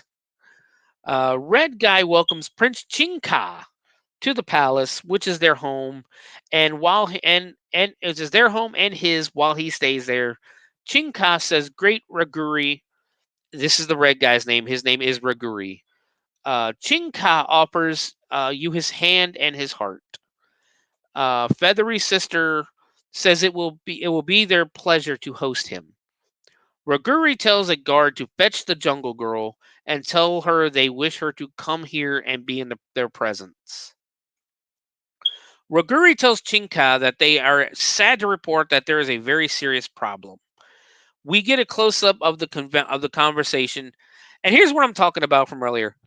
So you have Raguri on the right, Chinka on the left, and there's like the Feathery Sister cleavage, like just right there between them, looking back and forth. Only the guys are talking here, and she's like right in the fucking center. Dead with camera. The camera's not even like at their eye levels. It's down to chest level. Right.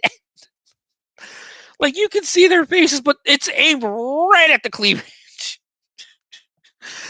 Raguri tells Chinka that they are sad to report that there is a very serious problem. Raguri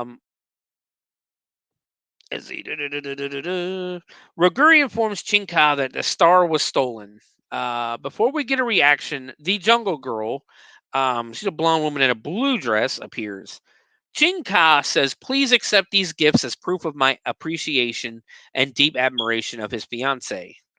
So obviously now basically there's an arranged marriage between Chinka and the Jungle Girl. Feathery Sister tells them, "May your life always be filled with happiness." Chinka has his servants hand her a couple of items. We never get to see what they are, but Chinka says to count on him to retrieve the Star of Great Power. Raguri thanks him for putting off the wedding until the star is found. Raguri says that the wedding must not be tarnished by any kind of trouble. We now cut back to Kiria's lair and a group of harem girls, and Kiria herself, they're just dancing around the star. Kiria is in a different outfit, but again, the cleavage is, of course, still on display for everyone's benefit. The luchador bodyguard and the chick who stole the star are in the background. They're just standing in the background. They're just standing there. They stop dancing, and Kiria says that she senses that something has happened in her sister's palace. Now these two decide to go to the Oracle. I don't know if it's the same Oracle or a different Oracle, but they just go to a mirror with like the same Aztec mask on it, and except this one is purple, not gold like the last one. Um, Kyria asks the Oracle to grant her the knowledge of what has happened at her sister's palace. The Oracle tells tells her that Prince Chinka has arrived and at the palace to ask for the Jungle Girl's hand so that they can marry. Kyria looks pissed at this and turns to the Lucha bodyguard and tells him that she swears to him that the Jungle Girl will never get married. Now an old man walks from behind the mask. At first I thought he was the Oracle, which I was gonna laugh my ass off because he's a very Caucasian looking gentleman, but he's just a priest. Um, but the priest tells him that the prophecy says that she will never have complete power until the Jungle Girl has been sacrificed. Kyria tells the Lucha guard that they will prepare the sacrifice and that he has to fetch the Jungle Girl. And he tells her, "Your wish is my command," and then basically leaves. He leaves to go fetch. Um, so now we cut over to Santo and Cliff. They're arriving at the airport in a very nice Corvette, nice silver Corvette, and they park right beside the frickin' plane. Like, I'm pretty sure even back in the 80s, you could not just drive onto an airport runway and just park your fucking car right next to a plane. But they pull right up beside the plane and they immediately board. We get some stock. It's basically a bunch of stock footage of a plane flying over in the sky, and then it goes to like the pilot, like the pilot and co-pilot fucking with a bunch of buttons and that.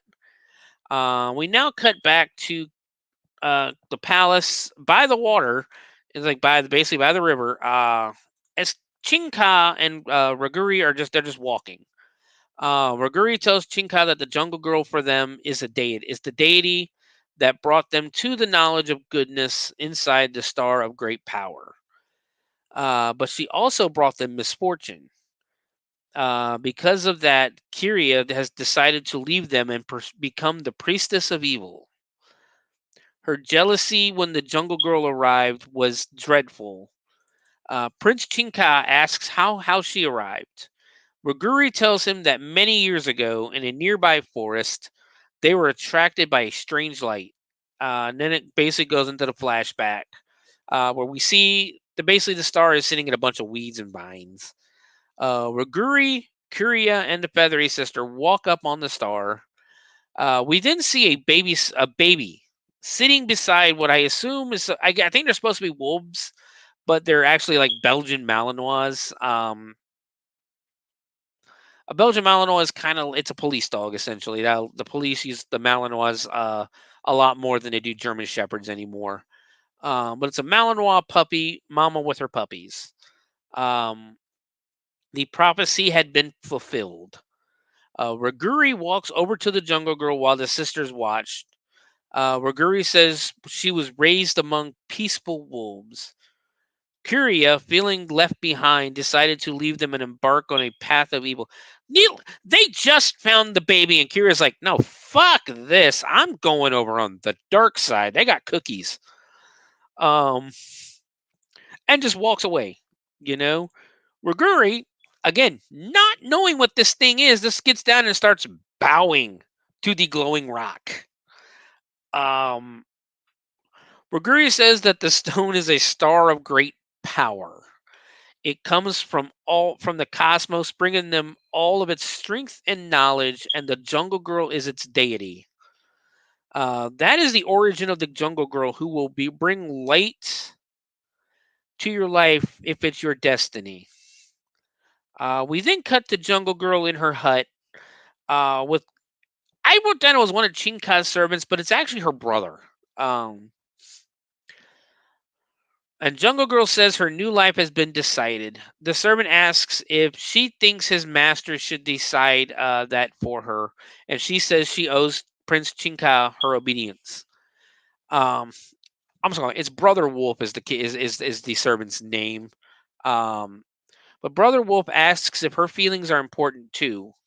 She calls him brother and says all of their feelings are important. She tells Brother Wolf to come with her. We cut outside. It's Jungle Girl and Brother Wolf walking down a path, and Luchador bodyguard and a henchman crouching down there, trying to be sneaky, but they're not doing a really good job of it. We see that Jungle also has a dog with her, which is another one of her brothers. And the henchman gets the henchman gets attacked by the guard while Lucha Guard starts beating I'm going to use the same one, beating the brakes off of Brother Wolf. Lucha Guard with almost like a Michinoku driver off the steps to Brother Wolf. Wrestling fans will know what a Michinoku driver is. While the dog chases off the henchman, Prince Chinka and a few of Feathery Sister's guards appear as Lucha Guard quickly tries to kidnap Jungle Girl. Lucha Guard quickly handles the guards while Chinka accidentally super just kicks the shit. one of his servants is grabbing the Lucha Guard. Lucha Guard basically moves as King Shot's going for I said super kick, but it's just like a fucking savate kick right to the fucking face. And now we get a quick fight scene between Lucha Guard and Chinka. And Prince Chinka beats the shit out of Lucha Guard. Lucha Guard runs away after Chinka pretty much just kung fu kicks his ass. This China, it's supposed to be, I can't remember. I don't know. They never really say where it's supposed to be. But it's supposed to be China or Japan. So it could be karate. It could be kung fu. I don't know. Now we cut over to Santo and he's walking through the jungle. And this is the part where I said earlier where it dawns on me that there is no original soundtrack to this movie. Because they walk past the waterfall. And like I said, it sounds like someone's pouring a glass of water into like a pot of water or like an already existing bowl of water or something. It basically nothing like it sounds more like a running brook than it does a waterfall. Nowhere near as loud as sounding as loud as it should have been. Hold on one second.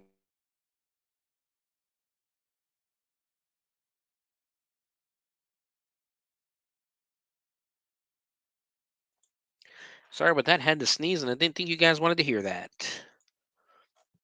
But Santo and Cliff are still walking. Cliff asks if Santo if he has any idea where they're going. And Santo just basically said, "Yeah, I received a message." Cliff's like, "Well, when, where, how?" Santo tells him that it was a telepathic message. And Cliff's like, Cliff basically doesn't seem to believe him as they get into a fan. They basically walk up and get into a fan boat.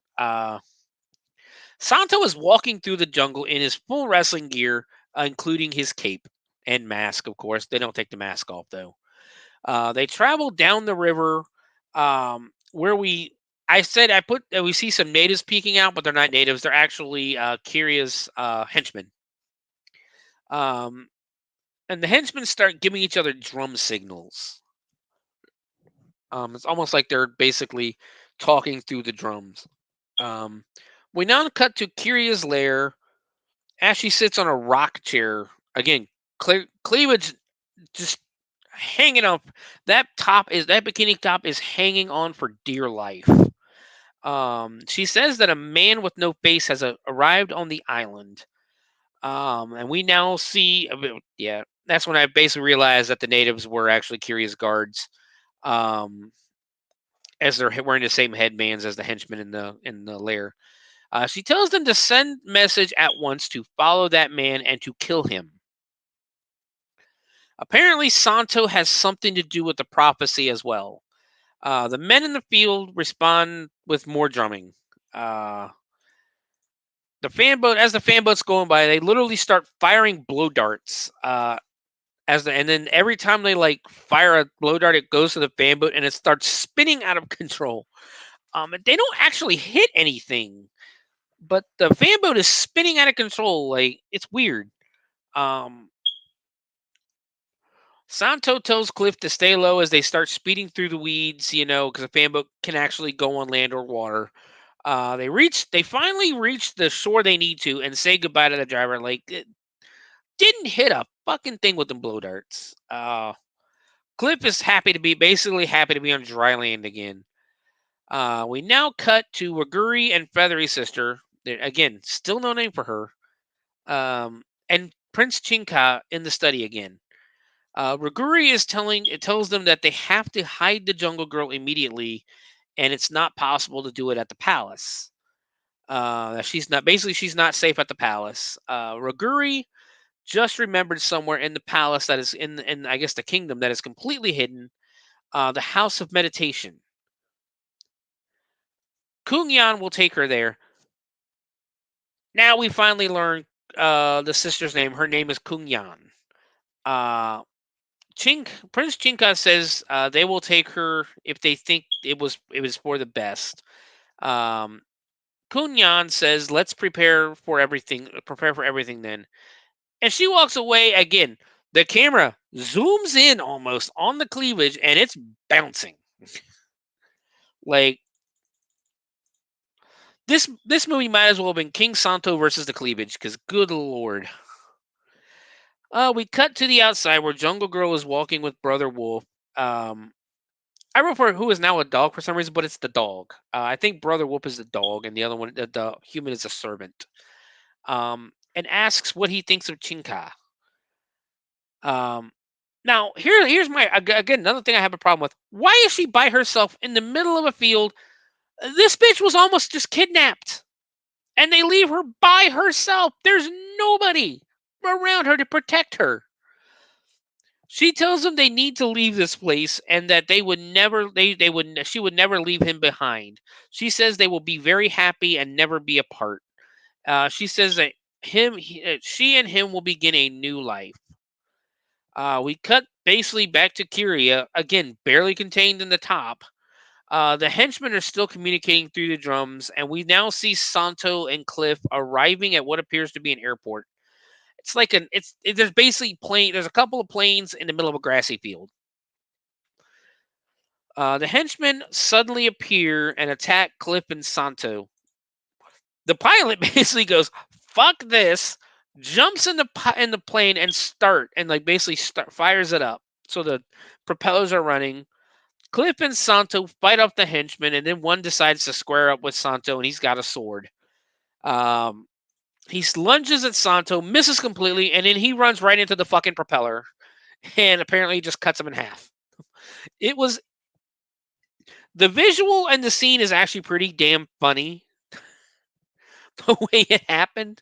I wish I could describe it the way it happened, because it was actually pretty funny how it happened. The camera pans over and it shows his dead body cut in half. This is our first death in the movie, and we're 35 minutes into the movie. Santo and Cliff get into the airplane, which runs right over the split in half body. Like, just runs right over it. Not a second thought, nothing. It's like, well, that happened. All right, you guys are going to go. Let's go.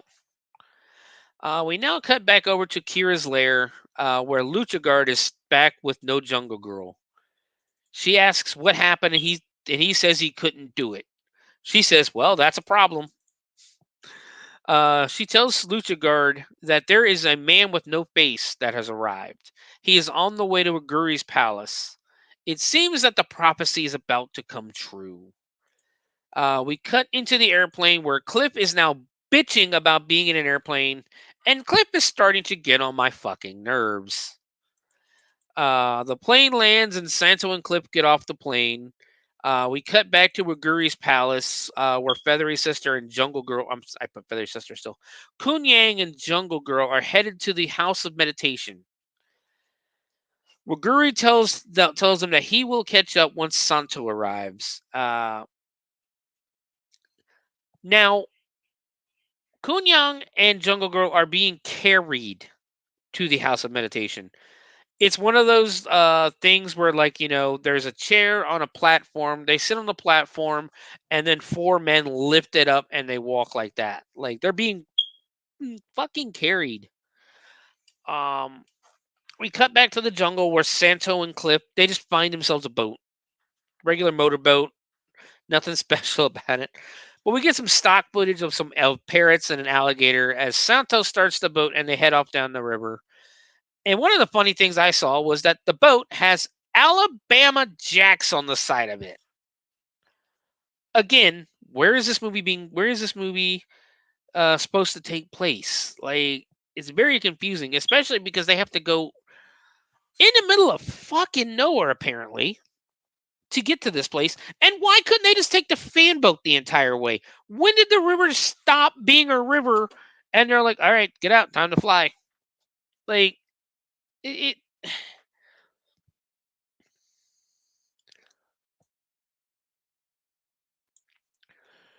ugh.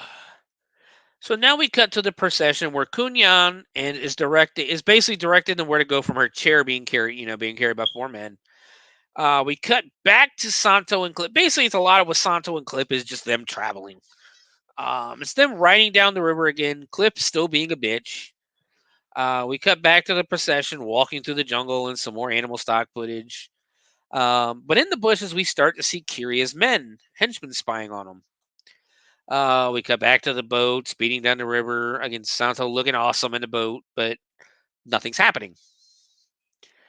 Now we have a henchman throwing literal stick. Like, he drives by this henchman and he's got a stick going, ha! Throwing it like a javelin. Like, here, this will be mildly annoying if it hits you. Now, fuck that guy. As they're still traveling down the river, we go back to the procession and they're walking.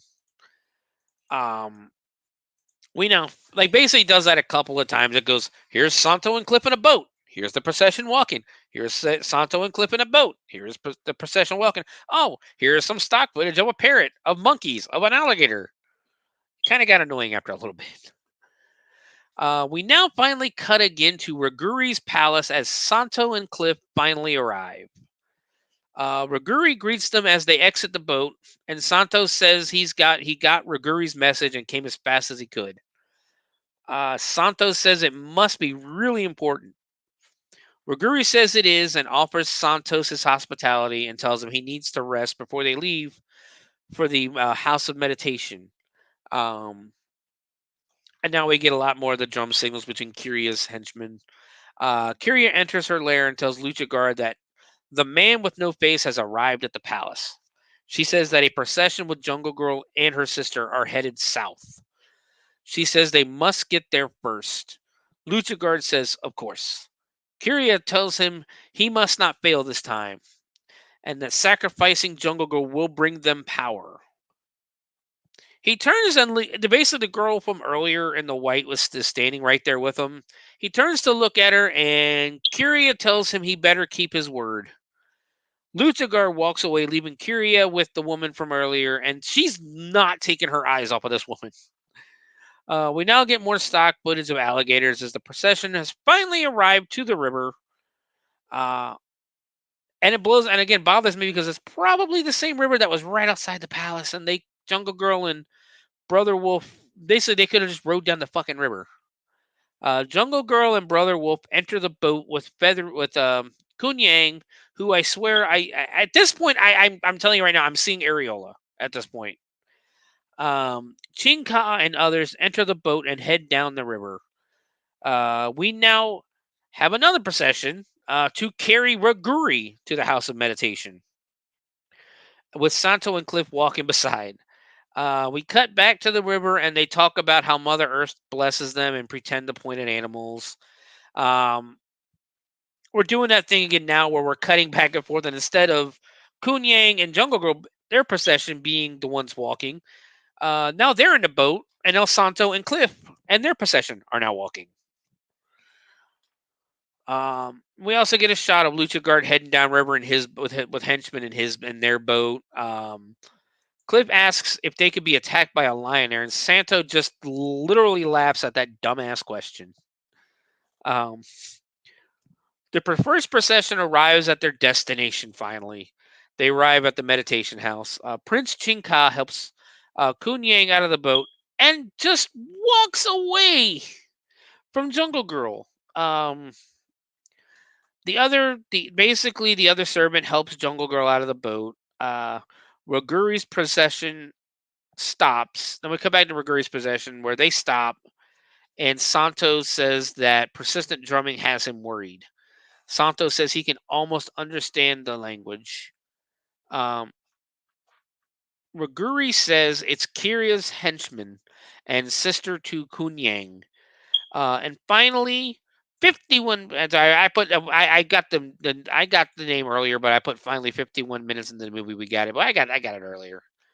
Raguri says she is a dangerous woman.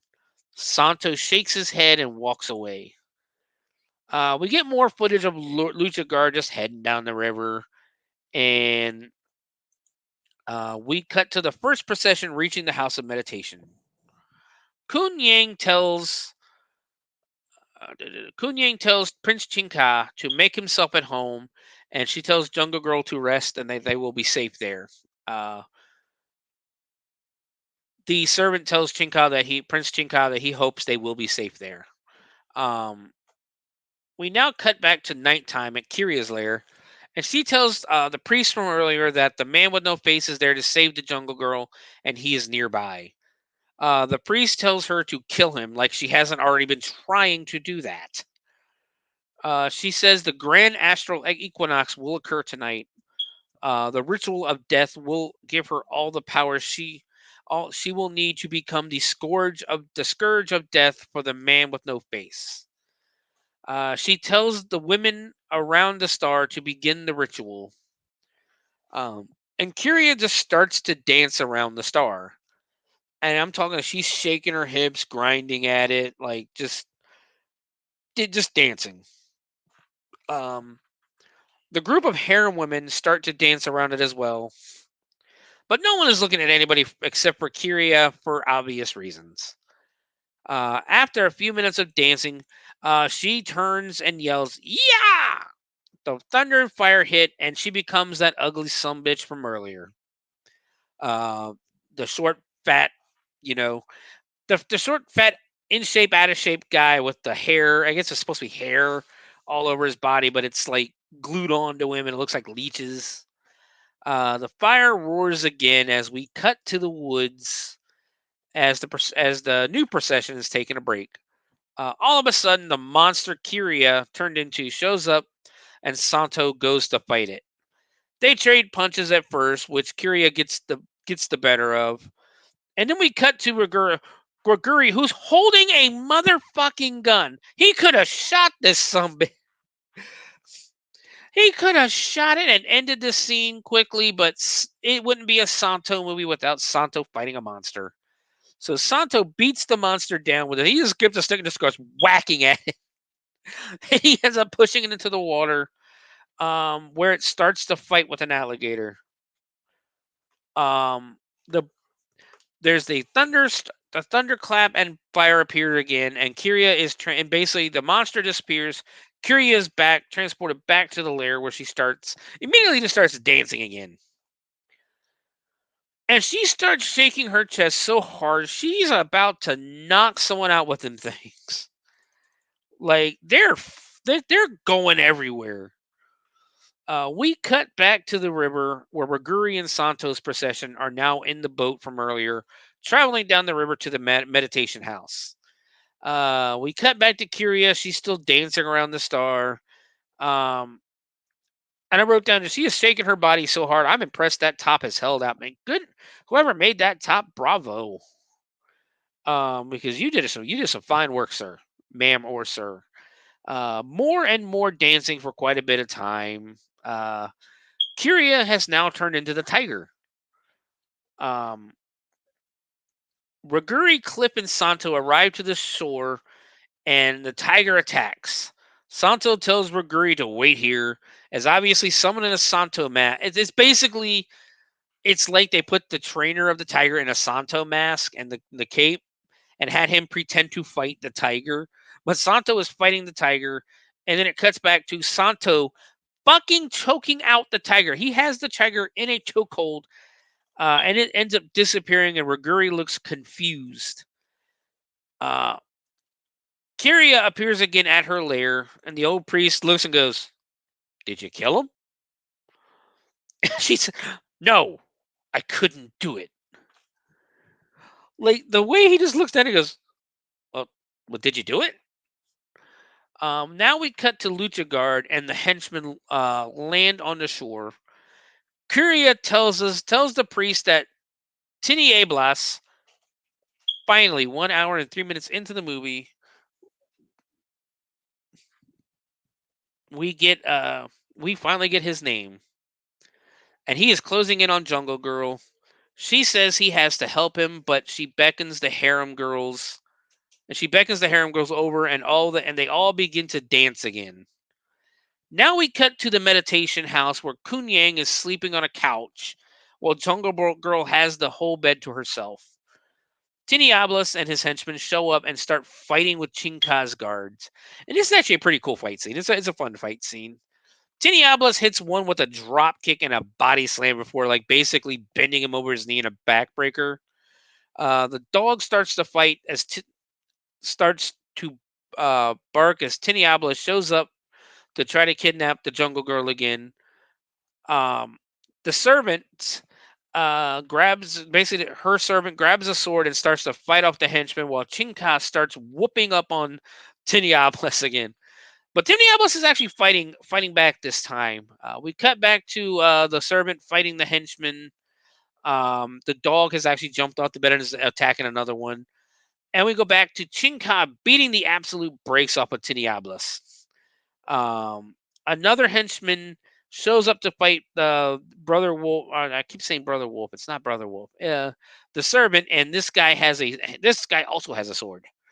Tiniablas knocks Chinka out and fights off another guard as Brother Wolf he stabs the henchman with the sword. The dog and the henchman inside the tent are still fighting in the house.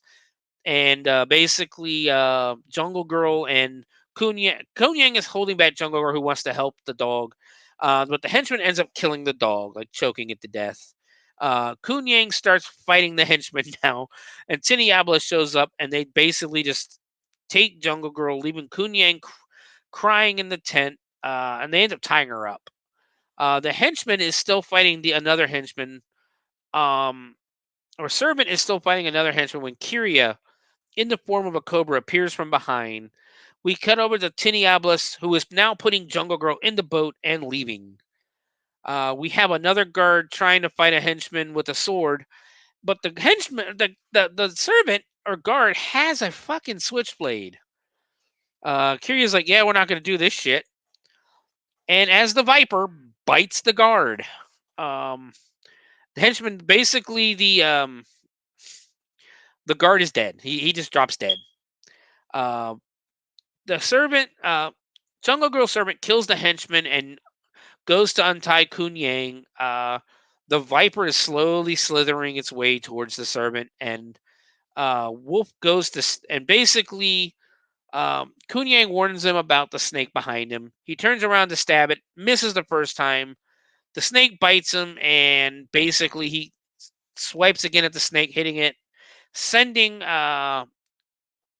Kieri back to her lair, and the servant dies before he can untie Kun Yang.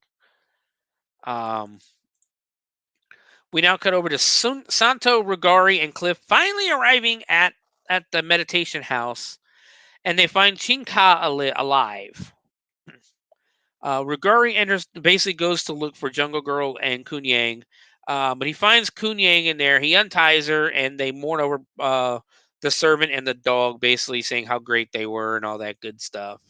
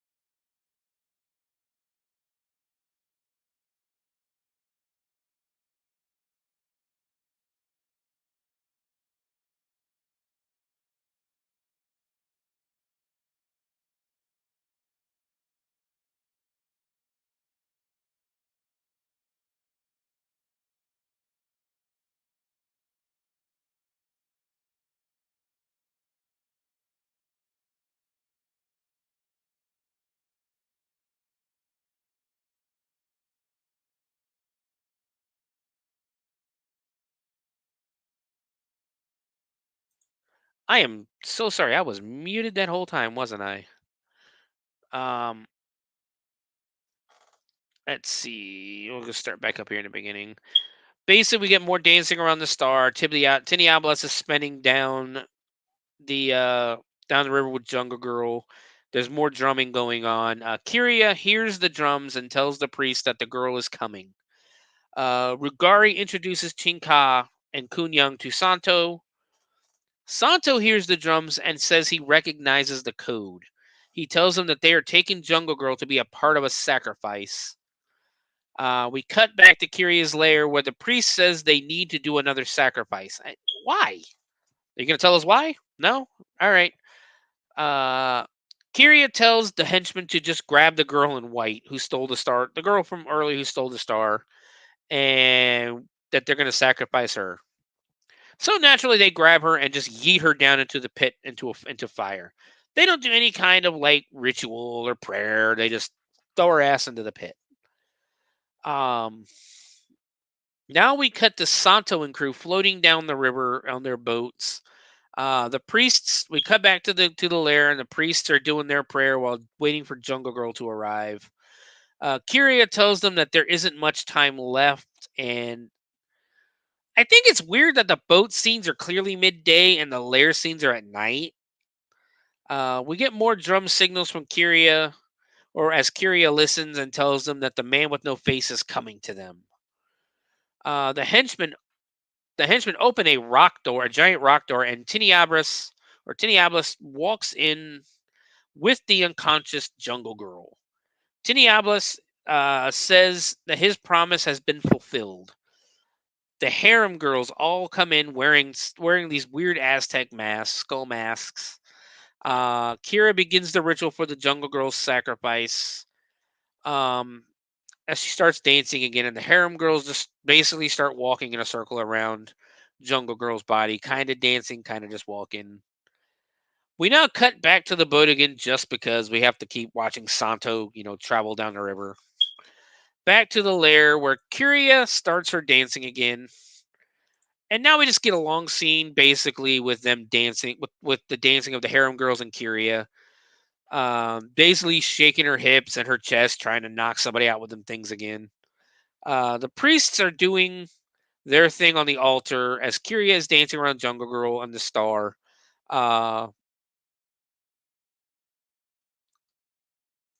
I wrote down, I'm sure this will end soon as she's been dancing for like 3 minutes.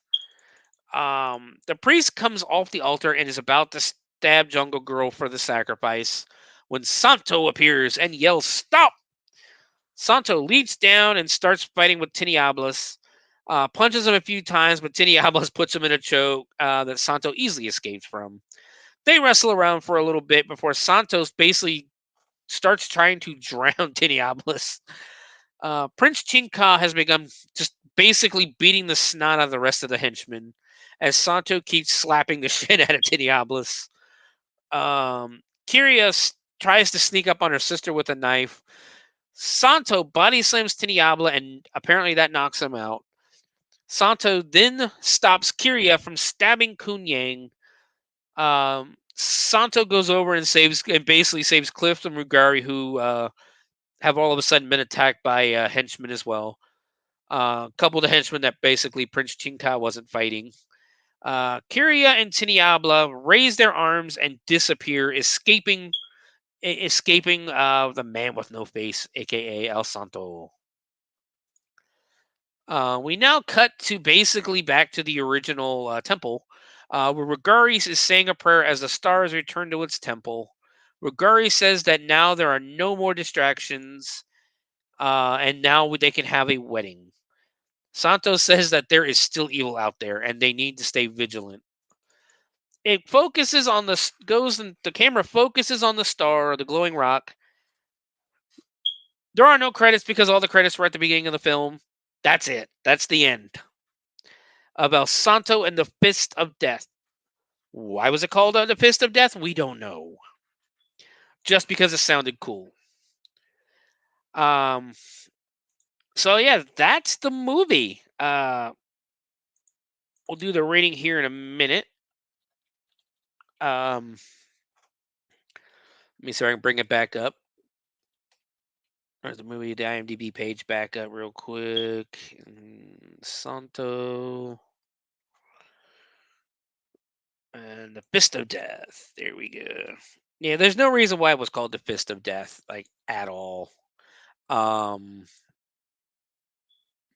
We talked about the director and everything from earlier. So it was followed by The Fury of the Karate Experts, which appears to be a sequel, so we might have to do that.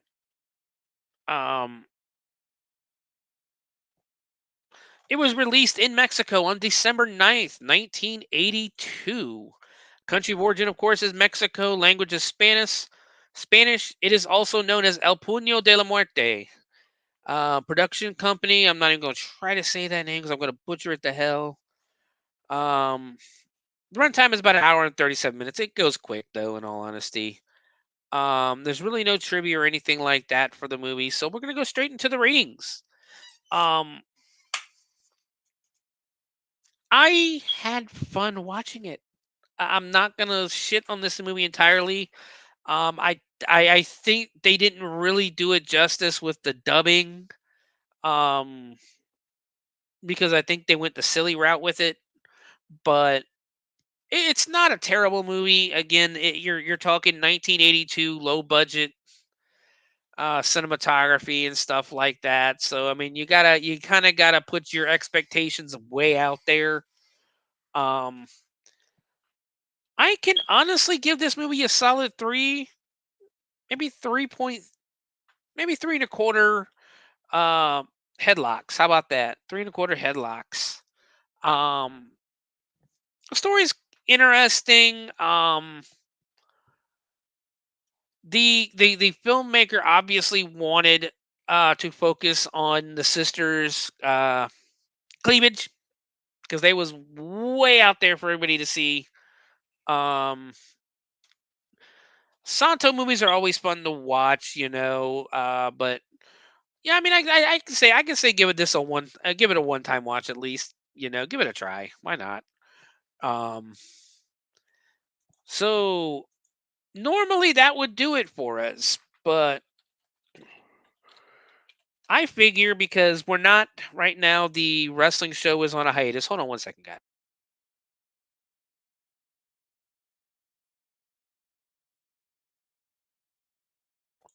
Sorry about that. Um, since the wrestling podcast on the Owlite Network is on a hiatus right now, I figure why the heck, since it is SummerSlam week and we're celebrating SummerSlam by watching a movie, or watching a wrestling movie or a wrestler's movie, why the heck not go ahead and throw out my picks for SummerSlam tomorrow night.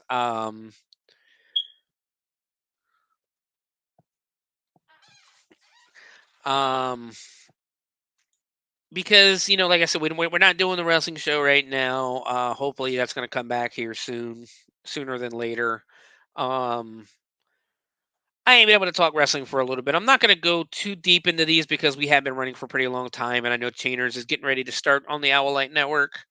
So let's go ahead and just run down the card real quick, and I'll give my picks and a quick synopsis of what I think is going to happen. The first match listed, of course, is the most anticipated match. CM Punk versus Drew McIntyre with Seth Rollins as the referee. This will be CM Punk's first WWE singles match in like 12 years, if not longer, maybe 11 years. 11 or 12 years, I think. This is a hard one to pick. Because Seth Rollins is going to be the special guest referee. Seth has, of course, beef with both of these guys. He's had about a year long feud now with Drew McIntyre. And of course, CM Punk at the last pay per view, which was Money in the Bank. At Money in the Bank, kind of ruined Seth Rollins' opportunity at winning the world title from Damian Priest. Drew McIntyre, of course, came down, cashed in Money in the Bank, and then CM Punk jumped in the ring and started attacking Drew McIntyre, and which led to Damian Priest pinning Drew McIntyre and costing Seth the match. And at the time, basically the stipulation of the match was that if Seth Rollins didn't win the match, um, he could not challenge Damian Priest for the belt again. I think that went away the next night because Damian Priest said anytime, anywhere. But this is going to be a hard match to call. But in all honesty, I think Drew McIntyre's going to win, and Seth Rollins is going to inadvertently cost Punk the match. Because Drew is basically on the run of a lifetime right now. Punk is coming back. This is Punk's first match back since the Royal Rumble, and his first again singles match on TV in at least 11 years for WWE. Of course, we're not going to discuss AEW shit. But yeah, I think that's what's going to happen. I think Seth Rollins is going to inadvertently cost CM Punk the match. And I think we're gonna get. I think they're gonna try to extend that till WrestleMania because Rollins and Punk at WrestleMania is the go is a good is a money match. So we'll see what happens though. But that's what I think's gonna happen. I'm calling Drew McIntyre is gonna win. Um, wins Seth Rollins inadvertently costs him the match. Costs CM Punk the match. Kind of like I don't know if you remember back in the '90s where it was Kevin Nash and or was it Nash? It was Undertaker and Bret Hart had a match with Shawn Michaels as the referee, and Shawn Michaels accidentally went to super kick Undertaker, accidentally super kicked Bret Hart, and was it vice versa? No, he went to kick. I think he went to kick Bret Hart, and he accidentally kicked the Undertaker, costing him the match, and then that's when the Undertaker, when it started going after Shawn Michaels. So yeah, I think they're gonna pull something like that off. But moving on, the undisputed WWE Championship, Cody Rhodes defending against Solo Sikoa. I think Cody Rhodes is calling in the Avengers again. Cody is not losing this belt anytime soon, guys. He's just not going to lose that belt anytime soon. I think he calls in the Avengers. Rollins shows back, or not Rollins. KO shows back up. Randy Orton shows back up. I think Jimmy Uso comes in this week or returns tonight or tomorrow night. And they cost Solo the world title. Jimmy Uso might come back tonight and cost Jacob Fatu and Tama Tonga the belts tonight, the tag titles. We don't know, but I think that's what's going to happen. I know the big thing is Roman coming back tonight? I don't think he is. I don't think. I know everybody wants the big match at Summer Survivor Series, the War Games match, to be the original Bloodline versus the new Bloodline, but I don't think you're going to get that. I think we're going to get a reunion of the Usos here soon. I think we will get some type of match between Roman and the Usos against the new Bloodline. But we'll see. I could be 100% be wrong because that would be a money match too. Is Roman Reigns coming back for Survivor Series? I'm going to change it. I think Roman's coming back tomorrow. I do think Roman's coming. Thinking about it now, the match for WrestleMania has to be Roman and The Rock. I think that has to be the match for WrestleMania. So yeah, I can see Roman coming back tomorrow night. Jimmy Uso coming back tonight or tomorrow, and then going after the Bloodline that leads up to, of course, War Games in November at Survivor Series. But yeah, Cody's not losing that belt, guys. I'm sorry to say, Cody's not losing it. World Heavyweight Championship match. Damian Priest will be defending against Gunther.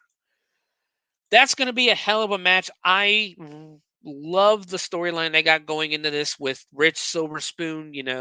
Rich guy born with a silver spoon in his mouth. Gunther fighting the poor street trash Damian Priest growing up in the in Queens or I guess New York technically. Was he? He may have grown. He's Puerto Rican, so he may have grown up in Puerto Rico. I don't know where. I really don't know where he was born or anything, but basically, poor street trash Damian Priest versus Gunther. A month ago, I would tell you right now, Gunther's winning that belt, and he still might. This is another hard one to call, but with how they're pushing it, I think Damian Priest is keeping the belt.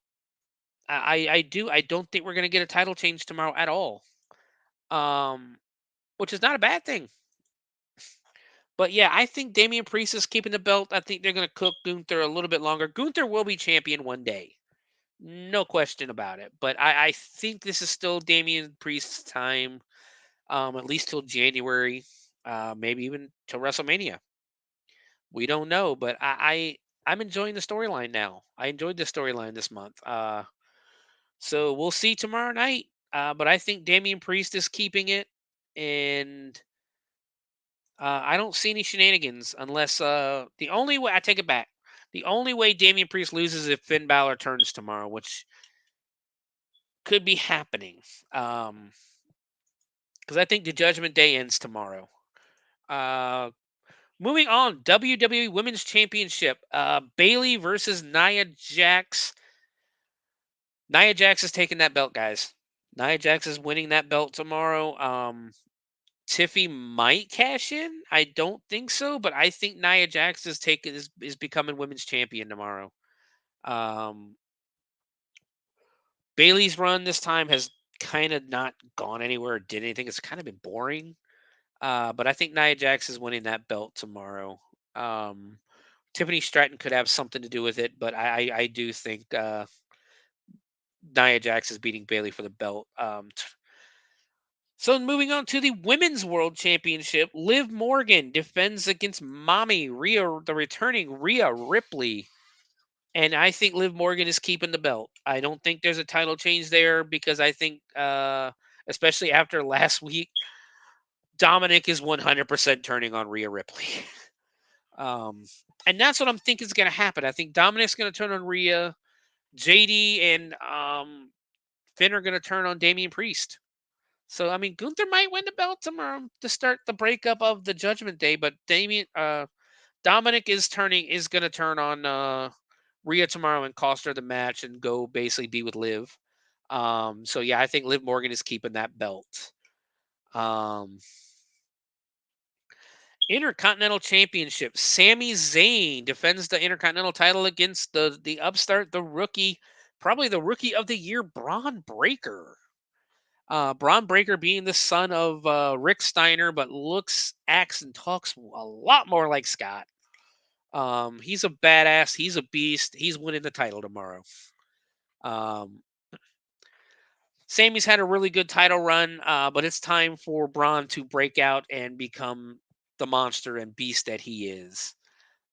So yes, Braun Breaker is winning that belt. And finally, the United States Championship. Logan Paul will defend the belt against L.A. Knight. And for Matt, L.A. Knight, yeah. LA Knight's winning that belt. It has nothing to do with what's got posted yesterday. He was winning that belt tomorrow way before Logan Paul opened his mouth and kind of put his foot in it. I'm not going to talk about what he said or anything like that because we do, the Owlite Network does have a very strict no politics, no religion, no politics policy, and I'm not going to get into that.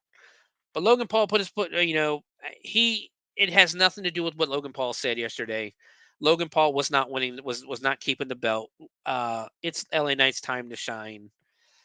He can't have a world title. He can't have the WWE title. So we're going to give him the U.S. title. Let him have a nice long run with the U.S. title. That's fine. He needs a belt. He's one of the most over acts on the show. LA Knight, yeah, wins the belt.